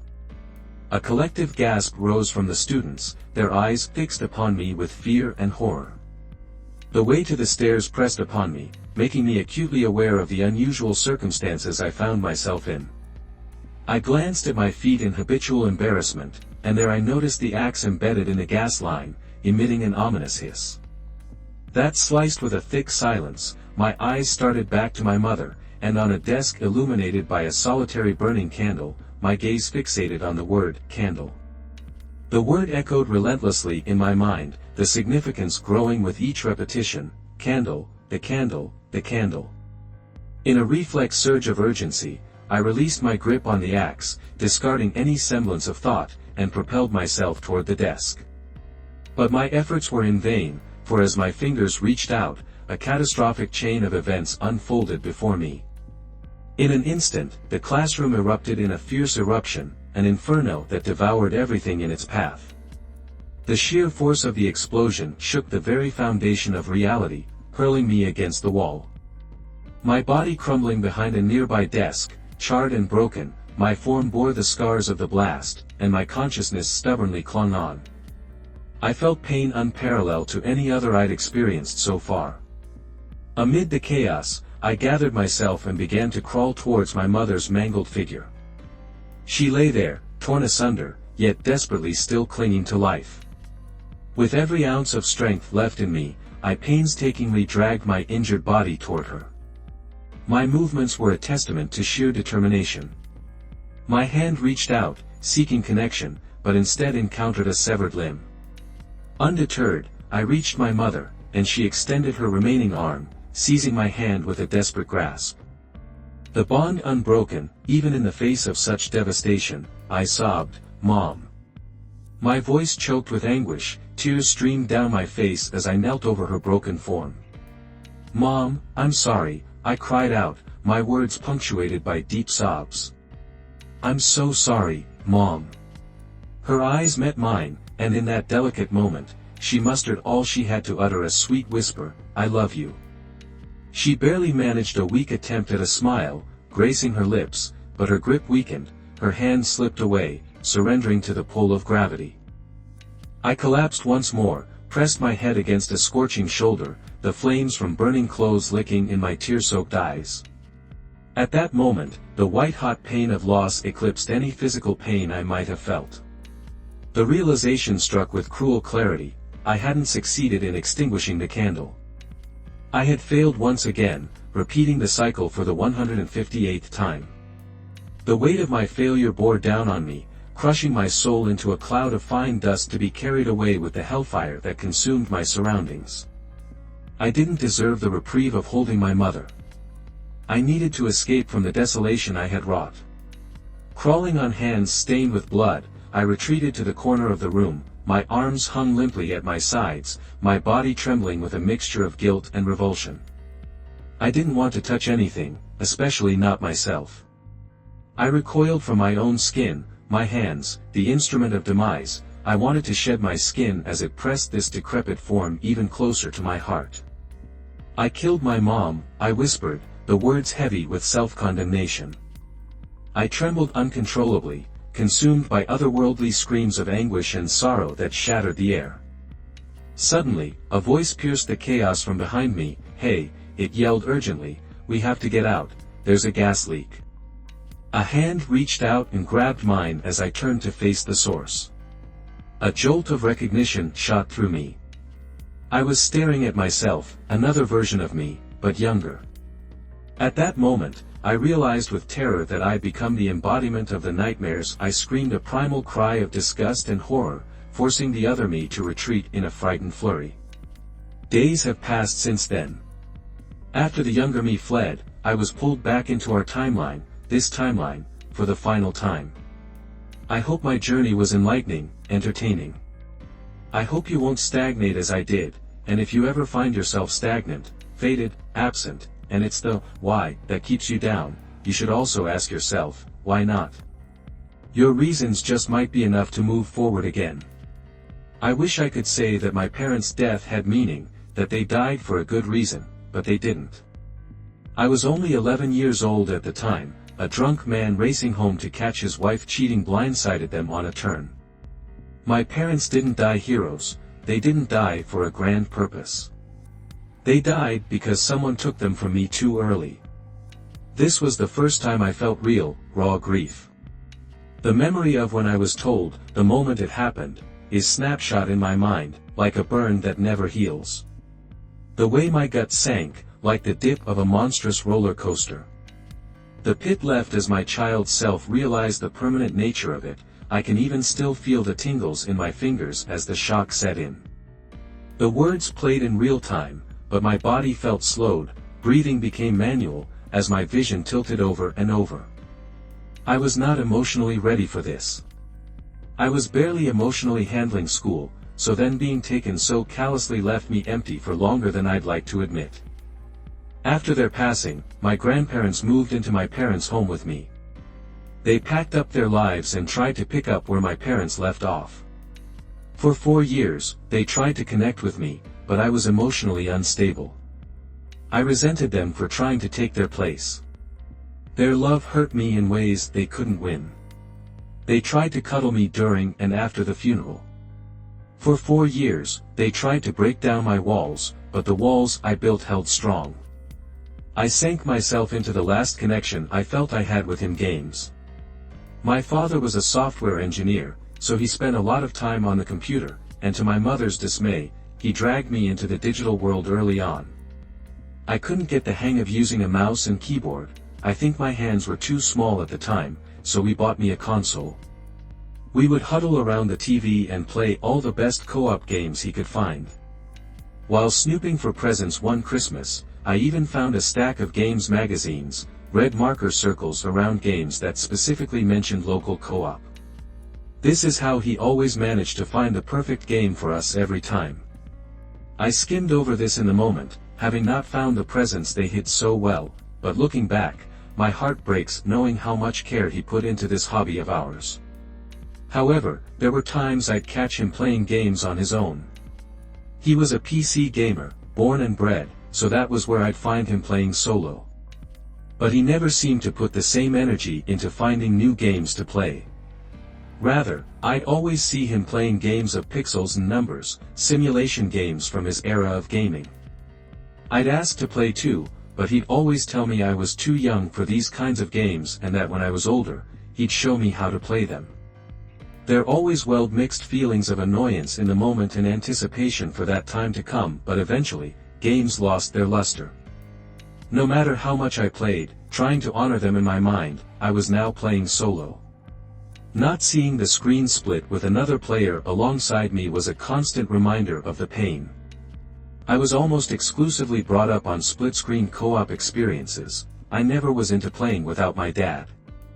But that's when it hit me. My father would play solo, but he'd play those weird pixelated simulation games.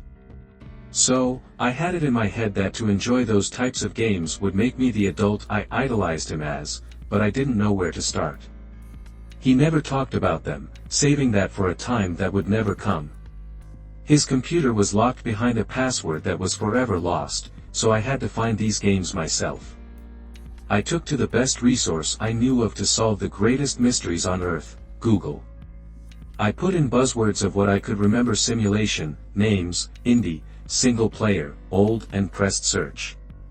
These words were not very specific, so it yielded a wide variety of stuff, and after hours of scanning each page, I found a forum post about a game someone had made. Even though it was made in recent times, the screenshots they used to advertise it had that retro style I was looking for. But it wasn't just how it looked. Something else drew me to this game above all the others that had a similar vibe: its name, Family Simulator. It boasted an extensive game system that you had to manage to keep up an ideal family, something I wouldn't have gone for, opting to lean towards shooters. But it was this dichotomy that made me take the plunge. The instructions were fairly simple for my first time, not just popping in a disk. It ran through an exe file that did all the decisions for me. As the green bar filled, a certain wave of emotions overcame me. My father had always kept me from these kinds of games, always thinking I'd prefer the modern titles he kept up with, so this really felt like a chance to connect with him post-mortem, no matter how little it was. I launched the game, initially met with a black screen and then a studio logo screen. An image of a heart came up alongside the words, Famco, most likely the game creator trying to get their name out there. Nothing flashy or significant, but charming for something probably made by one person. The title screen faded, followed by a basic text box, a little line flickering, beckoning me to start writing. The question was simple, tell me about your life. I thought for a moment. I had been asked this a lot by counselors, my grandparents, and kids that never cared about me before they heard the news, a gesture I dismissed at face value with a blunt, I'm fine. They should have known the answer, so I felt insulted each time I was asked. After a while, my grandparents withdrew about asking this, seemingly respecting my decision of maintaining distance, and yet for some reason, that frustrated me too. But looking back, I never truly thought about the answer above a simple, no, much less answered it honestly. I kept all of this inside, and it finally bubbled up to a point, the straw that broke the camel's back.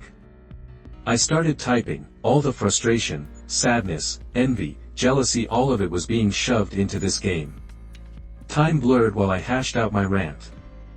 I was putting my soul into this answer for the first time ever. It felt silly, even in the moment, knowing I was going at it in some indie game of pixels and text. I didn't know why I was given this game so much information about myself, but it felt good to get these feelings out somewhere where I knew I couldn't be judged. I could just say my piece and not hear hollow rhetoric about hope and healing, and it felt good. The black box, a silent listener that I needed, something that wouldn't pity me but would just listen.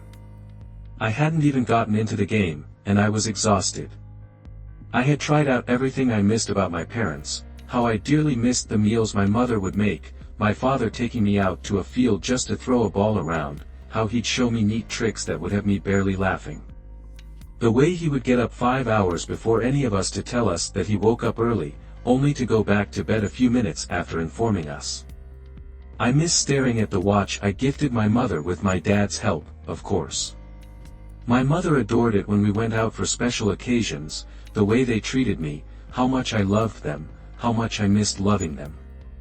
Every single minute detail was handed over, the game accepted the information with a satisfying ding sound, and I was sent to another menu. This time, character creation. Now, I've never been the creative sort, so I blatantly just made myself. I named myself Alex, set brown hair and brown eyes, a simple white t-shirt and jeans. I was also prompted with adding personal details like my birthday, number of friends, and my likes and dislikes. What I didn't expect was the choice of a family. It wasn't as in-depth as the character creation itself, only a couple of presets.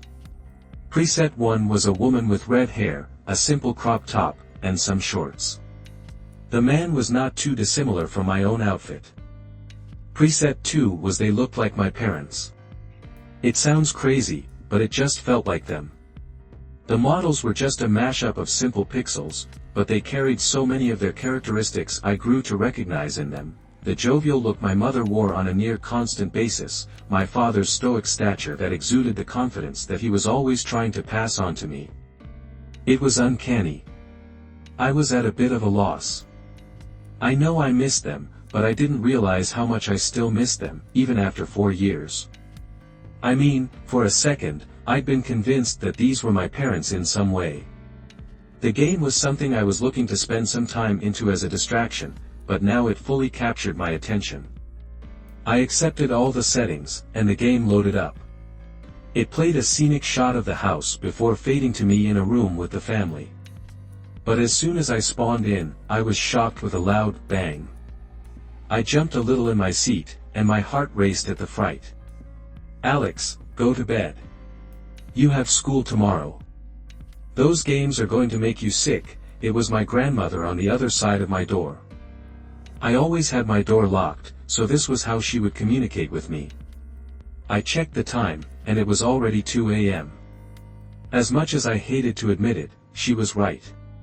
But sleep didn't come easy, with my curiosity swirling around my head about this new game. Perhaps I was mistaken, but the thing I had seen as the game had just loaded in was too much to be a coincidence. Surely, it couldn't have been a mistake. The setting was a near-perfect rendition of the house I grew up in, the house I was in right now.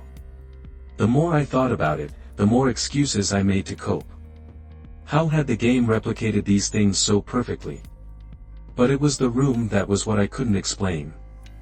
I saw a dining room, but the details were too familiar: the shade of wood on the square dining table, the layout of the cabinets, the door that led to the kitchen. It was almost entirely the same. It could have been coincidence. My house was a common suburban build with similar layouts in the rows of houses near me, but it was the layers of coincidences that had me stumped on an explanation. I breathed a sigh of relief as I realized that I was the one that handed details over. Perhaps I really had given the game too much information. This thought didn't entirely settle me, but it eased my mind enough to get some sleep. I rose out of bed with a heavy groan. I looked over my clock and bolted awake, seeing that I missed my first alarm. I quickly got up and rushed my morning routine. As I boarded the bus, I prepared mentally for another grueling day of education. School was meant to be an escape, at least that's what I was told, a place where you kick back with your friends and get into little adventures, all while building your future. For me, though, that couldn't be further from the truth. I was an outcast, no small fault of my own, and I refused to socialize. I couldn't when I started high school. It was not long after the incident. My only thought was, if only I could speak to them one last time. This floated in my head as my peers attempted to make conversation with me. By the time I realized I'd made myself a loner, the cliques were formed, and I was labeled as a quiet weird kid, a prime target for harassment. Arriving at class, I was reminded of the grim reality I was facing, the thing I dreaded for a week: group assignments. I attempted to weasel myself into a group, but of course, Jonathan and his buddies ensured that I would achieve no such thing. The truth was that Jonathan was just as insecure as I was, but the difference was that he projected as much louder than anyone else, and I was the conduit for his emotional baggage. The teacher saw me alone and exclaimed that whoever had no group would take a test instead. He spoke like he was talking to the class, but it was obviously just about me.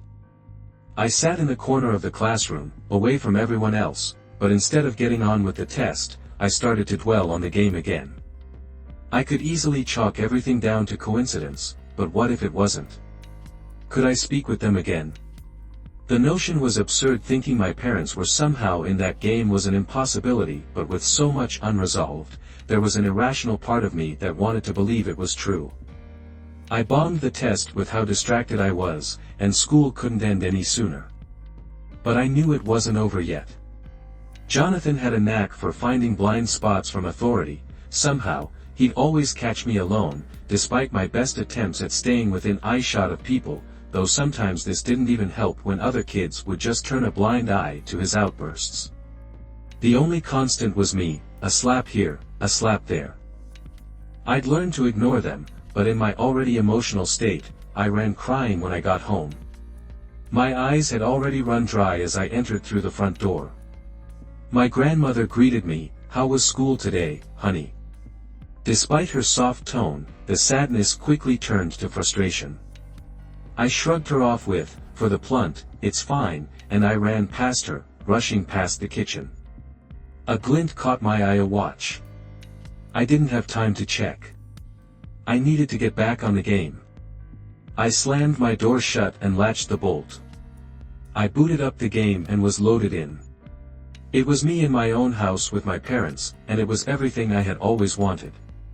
My pixelated character walked over to my mother, and as I got close to her, a black square appeared. "Press enter to interact." "How was school today, honey?" popped up, followed by a box I could type in. This question again. I'd grown to hate this question. The people I'd asked this never seemed to actually care about my well-being, more so just going through the motions of conversation. But I felt safe opening up in this game. The disconnect helped me disassociate from judgment. So, I wanted to try it again, even if just to vent privately. This is where the game became my escape, another reality where everything was as it was always meant to be. Jonathan keeps bullying me. The kids in class despise me, and I can't even muster up the effort to stand up for myself because, in all honesty, it's the path I chose. I miss you, Mom. I wish you were here to guide me, to comfort me. As soon as I sent the message, she instantly responded, I see, sweetie. Mom is here for you. Your father and I missed you so dearly. The NPC responded. I felt warm. Those were the words that I'd been craving, a craving that my grandparents, no matter their efforts, could never satisfy. The dialogue option disappeared, and with it, so did my ability to interact with her. The sadness lingered over the fact that the interaction was so short, but I wanted to see more. I decided I would take some time and explore the house and maybe see if I could interact with the father too. I walked down the corridor of my childhood home towards my father's office. A prompt appeared, asking me if I wanted to knock on the office door, and I accepted. He called to come in, and the screen faded out and back into us in the office. In reality, it was now a room full of boxes, still unpacked from my grandparents moving in. But here, the room was back to life. My father sat at his desk, which spanned the majority of the small office's width. This time, the conversation began without a need for me to initiate any prompts. The words of my NPC father flashed across the screen, "Hey, champ, everything all right?" No text box came up for me to type in. Instead, this time I was met with two choices, yes and no. After the talk with the mother, I was feeling a lot better, so I chose the first option. That's great to hear, champ, he responded. This made me smile. Though he would cycle through nicknames and titles to call me, champ was sometimes one of them. It might have been added as a cliché, but even as a quirk, it still made me happy. Then the NPC asked me if I wanted to play ball with him. Even though I knew it was all virtual, there was still a small excitement at the idea of playing ball with my dad again. The screen faded to black, and we were in the yard. We passed the ball around for a few minutes, the game looking like nothing more than a PowerPoint presentation animation, but in its own way, it was endearing. Sleep became easier this time. For the first time in recent years, I was fulfilled, as if I had felt parental connections again, even if only virtually. Still, some knots set in as I contemplated the legitimacy of the interactions I just had. If there were simply the execution of basic code or something more. In the moment, I was absorbed with trying to connect to my parents, but lying in bed, I was debating whether feeling satisfied emotionally from a bunch of pixels was healthy. The next morning, as I rushed through the house to catch the bus, I noticed my father's office door was slightly ajar. I'm not a superstitious person, but that room was not in use by my grandparents or myself. It was, for all intents and purposes, a storage room. I gently pushed the door open, and the first thing I noticed was that the boxes had been rearranged, as if whoever had moved them needed space for something. Then I saw a ball lying in the middle of the room. The moved boxes could be explained away, but the ball being there made my head spin with questions. It looked uncanny to the one I'd just seen in the game, not identical, but too close to be written off. The call from downstairs had me pull away from the scene. I was already running late, and the bus wouldn't wait forever. I gave the room one more look before leaving, the snapshot replaying in my head. The whole day at school was another arduous day of isolation, more pointless assignments, more Jonathan. Getting home couldn't come any faster. When I got home, I tried going straight to my room but was stopped. My grandmother deliberately placed herself in the way of the stairs, making sure I couldn't get past without hearing what she wanted to say first. "Alex, we're worried about you. We thought giving you space to heal would help, but every day you've just shut yourself in your room. I know you miss them. We miss them too. My grandfather stepped around the corner and joined the side. He wasn't on his feet much in his age, having waited for my grandmother to start. As he joined, "How can you know how I feel? You're not my parents." I yelled back, my emotional bottle bubbling. Did my surprise this didn't elicit anger from my grandparents. Rather, their faces turned soft. "Look at us, we're old, you don't think our parents are gone too? But you're forgetting something. They were your parents, sure. However, they were our kids, our daughter and son-in-law. We loved them, and every day we hurt without them too." My grandmother soothed, "We raised them good, and we can raise you good. You just have to let us in." My grandfather added, "I soaked in what they said, but I closed it off. It wasn't the same, it would never be the same. So, with my eyes welling, I just ran to my room and locked myself in. After stewing on my bed, I was left with silence. I hated being with my thoughts, so I turned to the noise I used to drown them out the game. It loaded in, and I was back with my family. My mother greeted me, and I welcomed this much better than how I felt cornered earlier. However, instead of a conversation, she simply told me to wait where I was. So, my character sat at the table. My father came in and said some comments about work, something he'd always do, regardless of if I understood what he was talking about or not. But I didn't mind, it was always nice to hear him talk. Soon, my mother came back in. Her outfit had changed to more fancy apparel instead of normal house clothes. She wore a red dress, and her hair was made up into a bun. Her arms were bare, which just how I spotted something and stood out in the game.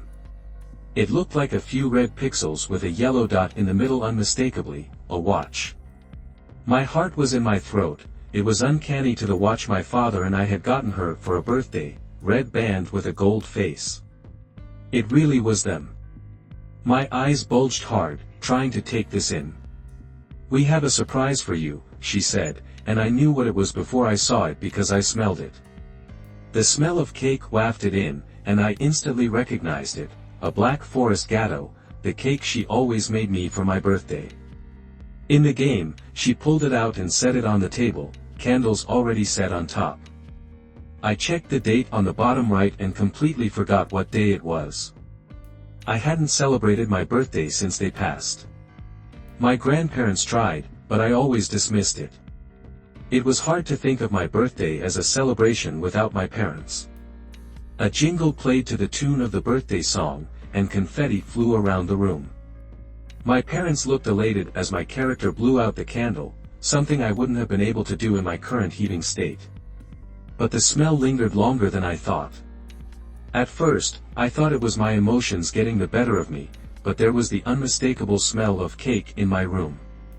"Happy birthday, son," they both exclaimed. "We want to take you out for your birthday. Our treat." My mother said, "Pick any place you want." "Where do you want to go?" my dad asked. A text box appeared, prompting me to type in an answer. I contemplated the answer. My first thought was KFC. I know it's cheap junk food, but for some reason, it was a bit of a family tradition. Though it might have been an indicator of our financial status, I thought about it more deeply than what the game was asking. Where did I truly want to go?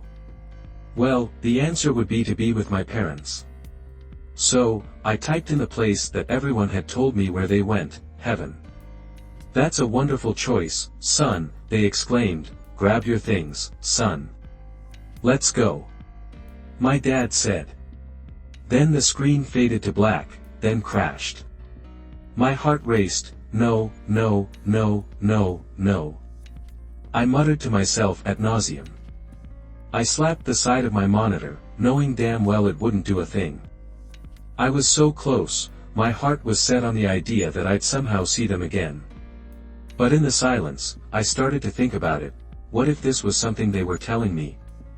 The last thing they were telling me, that like the game, to get to where I needed to go, something had to end life. Life is what needs to end to get to heaven, the place I wanted to be with them. I looked around my room, then remembered something. When they passed, I snuck into my dad's office and took his old letter opener, a trinket he'd show off to me to open mail.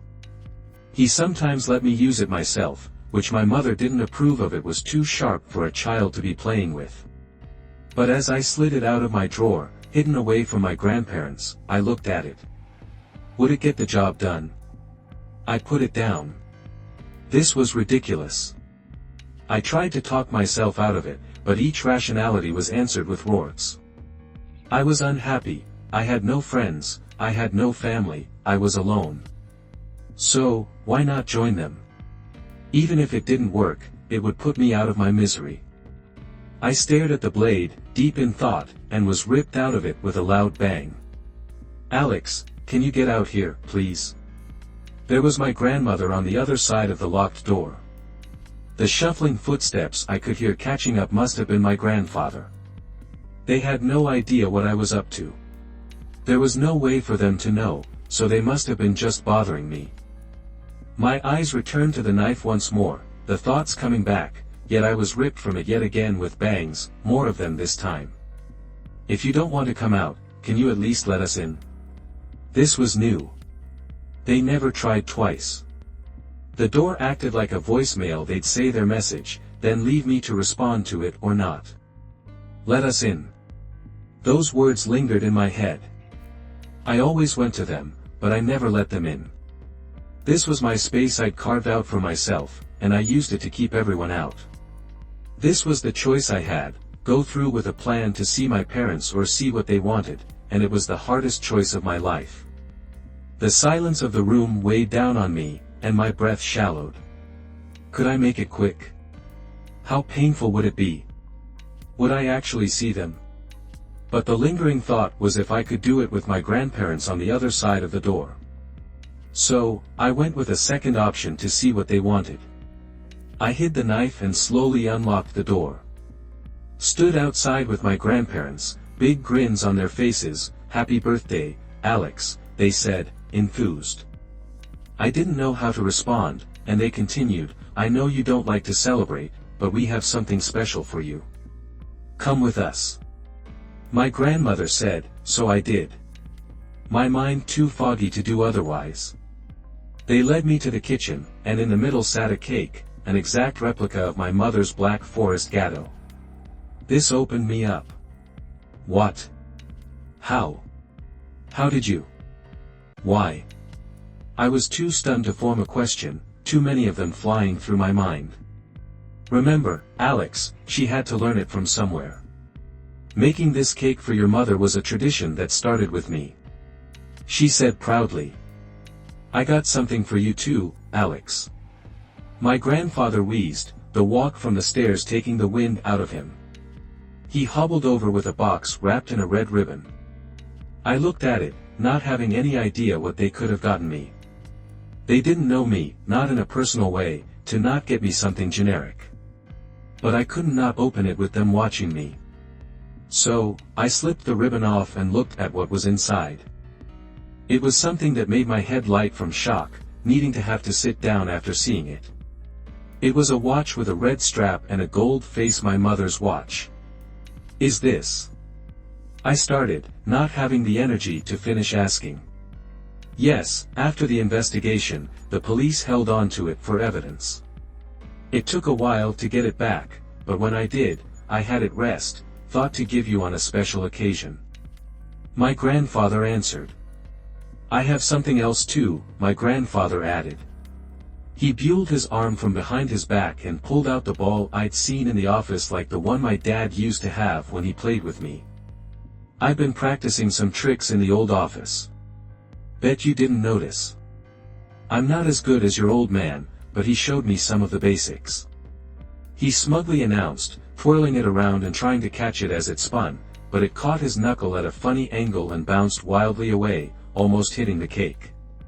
My grandmother's friendly demeanor dropped as she shot him the dirtiest look at almost ruining the cake, which made me do something I thought I'd lost the ability to do. I laughed. It poured out of me, years of pain leaking as joy took its place. Here they were not my parents, nor could they be. However, they knew that and loved me all the same. They were never trying to replace them, they were just picking up what they left off. And I realized that I didn't have to be alone. And from then on, I always let them in. Participants needed for the sleep study earned $5,000, no experience required. I was just your average guy struggling to make ends meet. The bills were piling up. My job at the convenience store barely covered the rent, and my girlfriend of 3 years had just left me for someone with a better future. I felt trapped, suffocating under the weight of my own inadequacies. So, when I was scrolling through job listings on my phone, I came across an ad that seemed too good to be true. It was from a group called Sleep Company. They described themselves as scientists looking to run a study with psychology students for their final year university project.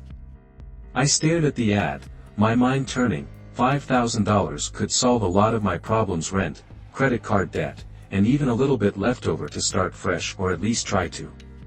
But there were enough horror stories online of false malicious ads that I had to think about it.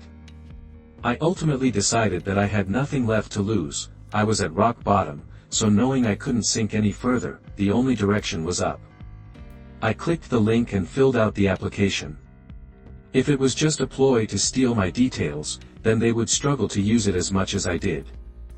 What I didn't expect was being contacted a few days later. I received a call from a woman named Dr. Harris, who sounded professional and reassuring.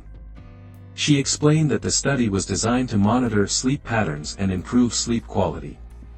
It sounded harmless enough. Besides, sleep was also on my long list of current issues, so if this could help with that too, it was a bonus on top of the promised pay. I agreed to participate. The study was taking place at a facility about an hour outside the city. Dr. Harris arranged a car to pick me up and take me there. I was instructed to pack a small bag of essentials: clothes, toiletries, and my phone. Getting away from things, I hoped that this could be the beginning of something better, a detox from the depths of wallowing I was living in. God knows I needed it. When the car arrived, I was greeted by a cheerful driver who chatted with me during the drive. I felt like I had to relearn how to talk to another human, but I picked up my social skills as we went. Soon enough, I felt a social connection, something I'd been missing for a while. As we left the city behind, I felt a mix of excitement and nervousness. The driver assured me that the facility was state-of-the-art, and that many people had previously participated in studies there. We arrived at a sleek, modern building nestled in a secluded area surrounded by trees. It looked more like a high-end spa than a research facility, instead of a cold experimental lab that I'd imagined it would be. I was greeted by a friendly receptionist who handed me a clipboard with a consent form. I skimmed through the legal jargon. My eyes caught phrases like informed consent, monitoring, and potential side effects. Despite a slight pang of anxiety, I signed the form and handed it back, figuring this was just legal mumbo-jumbo that covered their asses. I figured this was my personal risk for such a payout. Dr. Harris soon appeared, a woman in her early 40s with a calm demeanor and an air of authority. She gave me a brief tour of the facility, showing me the lounging area, the cafeteria, and finally, my room. I imagined it to be a cold, sterile room with wires and monitors everywhere, a scientist with a clipboard around me at all times. But no, it was a small, comfortable living space with a single bed, a desk, and a large mirror on one wall. "We want you to feel at home," Dr. Harris said warmly. "If you need anything, just press the button by the door. We'll start the study tonight. Until then, feel free to relax." I spent the afternoon exploring the facility and meeting the other participants. There was Lisa, a single mom trying to save money for her daughter's school fees. Kevin was a college student struggling with tuition, and then there was Mark, a recently laid-off factory worker. We all had our reasons for being here, and it was comforting to know I wasn't alone. That night, I was given a set of comfortable pajamas and hooked up to various sensors. Now, it was starting to align with my perception of this study. Electrodes were attached to my temples, chest, and arms. It felt a bit intrusive, but Dr. Harris assured me it was all standard procedure and that it wouldn't affect my sleep, it just monitored it. She wished me a good night and left the room. The first night was uneventful. I had a few dreams, none of which I remembered in detail. I woke up feeling slightly disoriented but chalked it up to the new environment. The next day, I met up with the others, most of them related to what I described, and we all figured we were all adjusting to the new stimulus. However, Mark was different. He didn't seem to be taking well to things, saying how they invaded his sleep and he felt exhausted from the study. He must have been very out of his comfort zone. A plus side was that they weren't joking when they said we'd be looked after. I ate like a king compared to my usual instant meals and had so much freedom compared to my dingy apartment. After a relaxing day of comfort, I was ready for the second night of sleep. However, the second night was different. I had a vivid dream of wandering through a dark forest, chased by an unseen entity. No matter how fast I ran or how erratic I made turns, it was always on my tail. Eventually, it lunged and tackled me to the ground. Dreams always feel real in the moment, and I was overcome with a fear of death. In a struggle, I turned and saw my ex's disappointed face.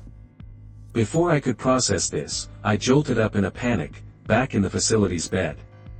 I was covered in a cold sweat, the fear coursing through my body but slowly passing as I processed where I was. I couldn't piece together all the details when I woke, the experience having left my mind quickly. Dr. Harris asked me to describe the dream as best I could, taking notes thoughtfully. I was instructed to give all the details of anything sleep-related, so I tried. She seemed intrigued by the details, even though they made little sense to me. Dreams are a natural part of the process, she explained. They can become more intense when your brain is adjusting to the monitoring equipment. I nodded, trying to shake off the lingering dread. After the meeting, it clicked what she said. They mentioned monitoring, which had nothing to do with influencing dreams, as far as I was aware. This was just supposed to study our sleep patterns, but no matter how much I tried to deny it, the dreams only grew more disturbing over the next few nights. Each night, the dreams became darker and more terrifying, more vivid, more memorable. One night, I dreamt I was buried alive, the weight of the earth pressing down on me, making it impossible to breathe. It was too dark to see anything, no light penetrated where I was. I struggled and felt the earth around me loosening. Eventually I could turn more and more and jostled my way out. When I looked back, it wasn't dirt but papers with red headers, late bills. I woke out of breath, feeling pressure released from my chest. Another night, I was trapped in a burning building, the heat and smoke suffocating. I escaped, and when I turned, I saw that it was my childhood home. Though I made it out, the screams from within told me I'd left behind what was valuable to me. I woke up gasping for air, my heart racing. I wiped copious amounts of sweat from my forehead, and when I pushed off the bed to fetch a towel, my bed was drenched too. Throughout the day, I felt a growing sense of exhaustion. The other participants seemed to be experiencing similar issues. Lisa had dark circles under her eyes, Kevin looked perpetually anxious, and Mark was irritable and jumpy. We shared our experiences, finding some comfort in our shared plight. All the while, Mark raved about conspiracy, as he did each day. However, with too much lining up with our experiences, he was starting to make more sense. During this time, my mind was foggy.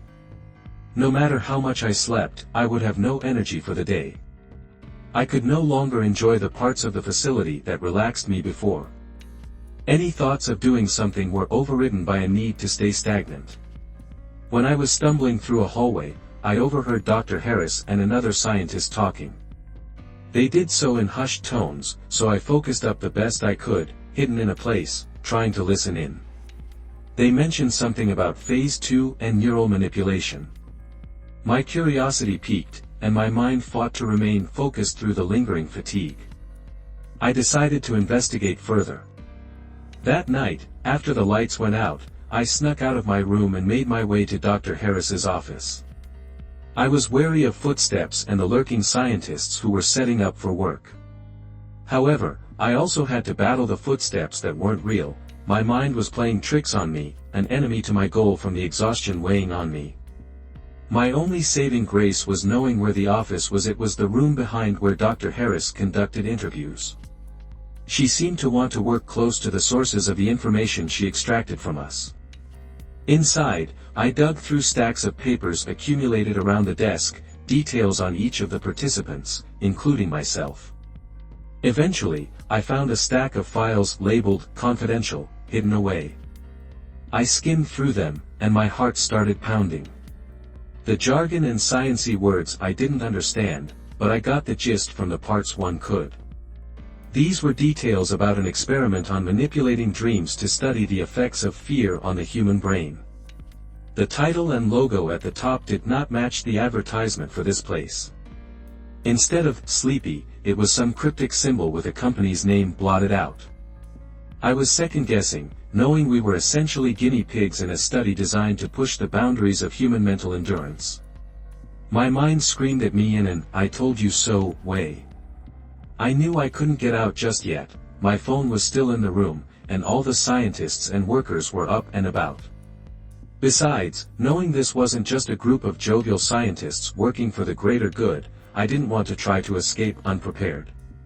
My best bet would be to leave during the day. I slipped away back to my room, and a scientist stood waiting, ready to put on the electrodes and wires. I simply laid down and allowed it. After a grace period, I slipped them off and had the most restful sleep I'd had in a while. The next morning, I was confronted by Dr. Harris. She demanded an explanation for why no data was picked up from my sleep. They were thorough on the placement, and how the pads were secured, so they knew it had to have been me who tampered with them. The intimidating part was how calm she remained while hitting me with the coldest stare. I was caught off guard, and since I'd just woken up, my mind was hazy for an excuse, so instead, I jumped straight into the accusations. I saw the papers. This isn't some innocent sleep study. You're using us, I asserted. Her face calmed, wearing the confidence of her actions. You signed the consent forms. You agreed to participate in this study. We're simply observing the effects, she said. You're causing this. It's torture, I shouted. This seemed to sadden her slightly, which surprised me. We're close to a breakthrough. You have no idea what's at stake here, Dr. Harris said. I did not care for a study, especially since I was the guinea pig, something to be used for a cause I knew nothing about, so I stormed out, determined to leave the facility. But when I tried to open the main door, it was locked. Dr. Harris signaled to someone, and they ran off and did something. I picked up what it was as soon as I looked at my phone. The signal bar drained until it was utterly useless. The friendly receptionist was nowhere to be found, it was just the subjects and the scientists. Panic set in as I realized we were trapped. Being captive left me no choice. There was nowhere to run, nowhere to hide, so I was resigned to my room, now under constant watch. They simply told the others that I was being observed during the day to test an anomaly, and the look I was shot told me to keep up with the story. As soon as we were to turn in, the others who were none the wiser went to their rooms. My arms and legs were strapped down, making it impossible to take the tendrils of the nightmare machine off. That night, the dreams crossed the line. I was in my room, but it wasn't my room. The walls were covered in dirty handprints, and the mirror showed a reflection that was me but moving autonomously. Worst of all, it could talk. Its mouth curled up into a knowing grimace and whispered my darkest fears, my insecurities, my past mistakes, all my life regrets laid out to bear. I tried to wake up, but I couldn't. The nightmare continued, blurring the lines between dream and subconscious thought. When I woke, I struggled against my restraints. A scientist came in and undid them, calmly disregarding my struggles. I stumbled out of my room, seeking help, but the halls were empty. Looking around, the whole facility was deserted except for those working there.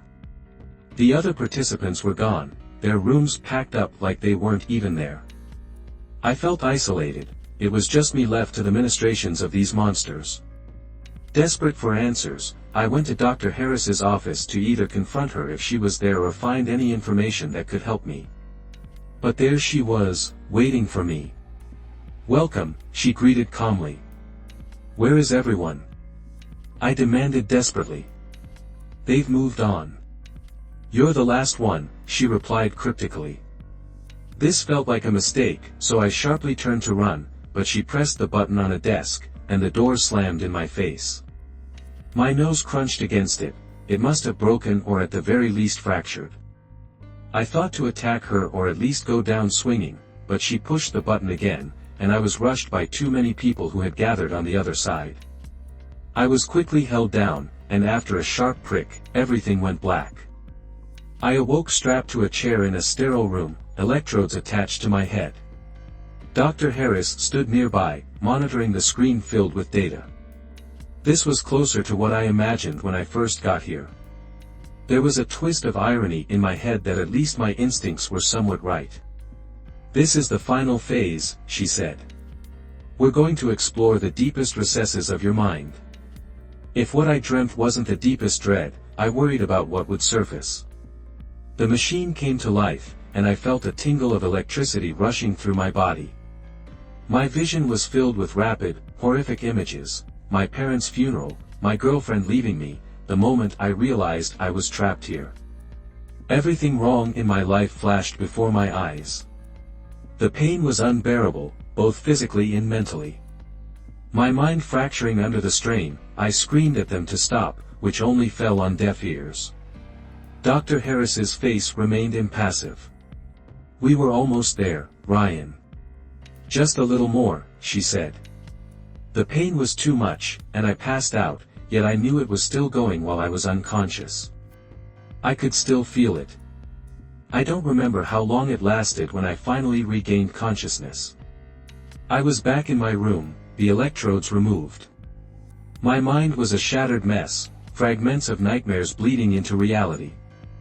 I stumbled to the mirror, barely recognizing the gaunt, haunted figure staring back at me. The man led me to Dr. Harris, who greeted me warmly and conducted her interview. I just mumbled along, barely answering what she had said. With a disappointing ending, she sent me off to the others. I went, and there they were: Lisa, Kevin, and Mark. They were packed and ready to go, big grins on their faces. "I'm sad to leave this place, it's so nice here, but I'm happy to get back to my kids," Lisa said, enthused. This snapped me into the moment, swirls of thoughts and confusion mixing around my head. One of the scientists placed a hand on my back, and I flinched. He looked at me, confused at my reaction, and held my bag, which was already packed with my things. "Oh, you were late, so I packed everything up for you. Sorry for startling you," he said. This was a far cry from the menacing demeanor they all had and the almost militaristic actions they synchronized with Dr. Harris. Dr. Harris approached. "Your sleep was the most disturbed of everyone's. You should get that checked out. I can recommend a facility that specializes in that," she mused. She promised to email me the details and left to return to her office. I just coasted through my goodbyes with the other participants and was let out by the friendly receptionist. I left, floating on an air of uncertainty and dread. When I got home, I was no closer to knowing than when I had left that office. All I knew was when I rubbed my nose, it stung with a pang of pain. I sat down in my apartment. Autopilot landed me back in front of my computer, ready to decompress with whatever entertainment I could find, anything to get my mind off things. When my email dinged with a notification, it was from Dr. Harris. It was a recommendation for another sleep study, this one headed by a different doctor in a different location. It offered $10,000 for participation, which not long ago would have made my mouth water at the prospect. She noted that they work with people with troubled sleep and that they could go deeper into my sleep to find what makes me tick, which was a disturbing way to phrase it. But what disturbed me most was the header. No facility name was mentioned, but their logo was all too familiar. It was the same one on the notes I found in Dr. Harris's office. Or did I find it? I was still questioning what was real and what wasn't, but it was too much of a coincidence to deny. I instantly deleted the email and blocked all correspondence from Dr. Harris. I'm still haunted by the nightmares, even without the machine. I still occasionally get vivid dreams of cryptic scenarios that echo my day-to-day struggles. It followed me home, a shadow lurking at the edges of my subconscious, but there's nothing I can do about it. Hey, please, a strange woman gave me nightmares about my inadequacies. Well, yes, I did sign a paper saying they could do it. Why do you ask? It's preposterous. I can't escape it, and I can never go after them for it. But hey, in the end of the day, at least I got paid.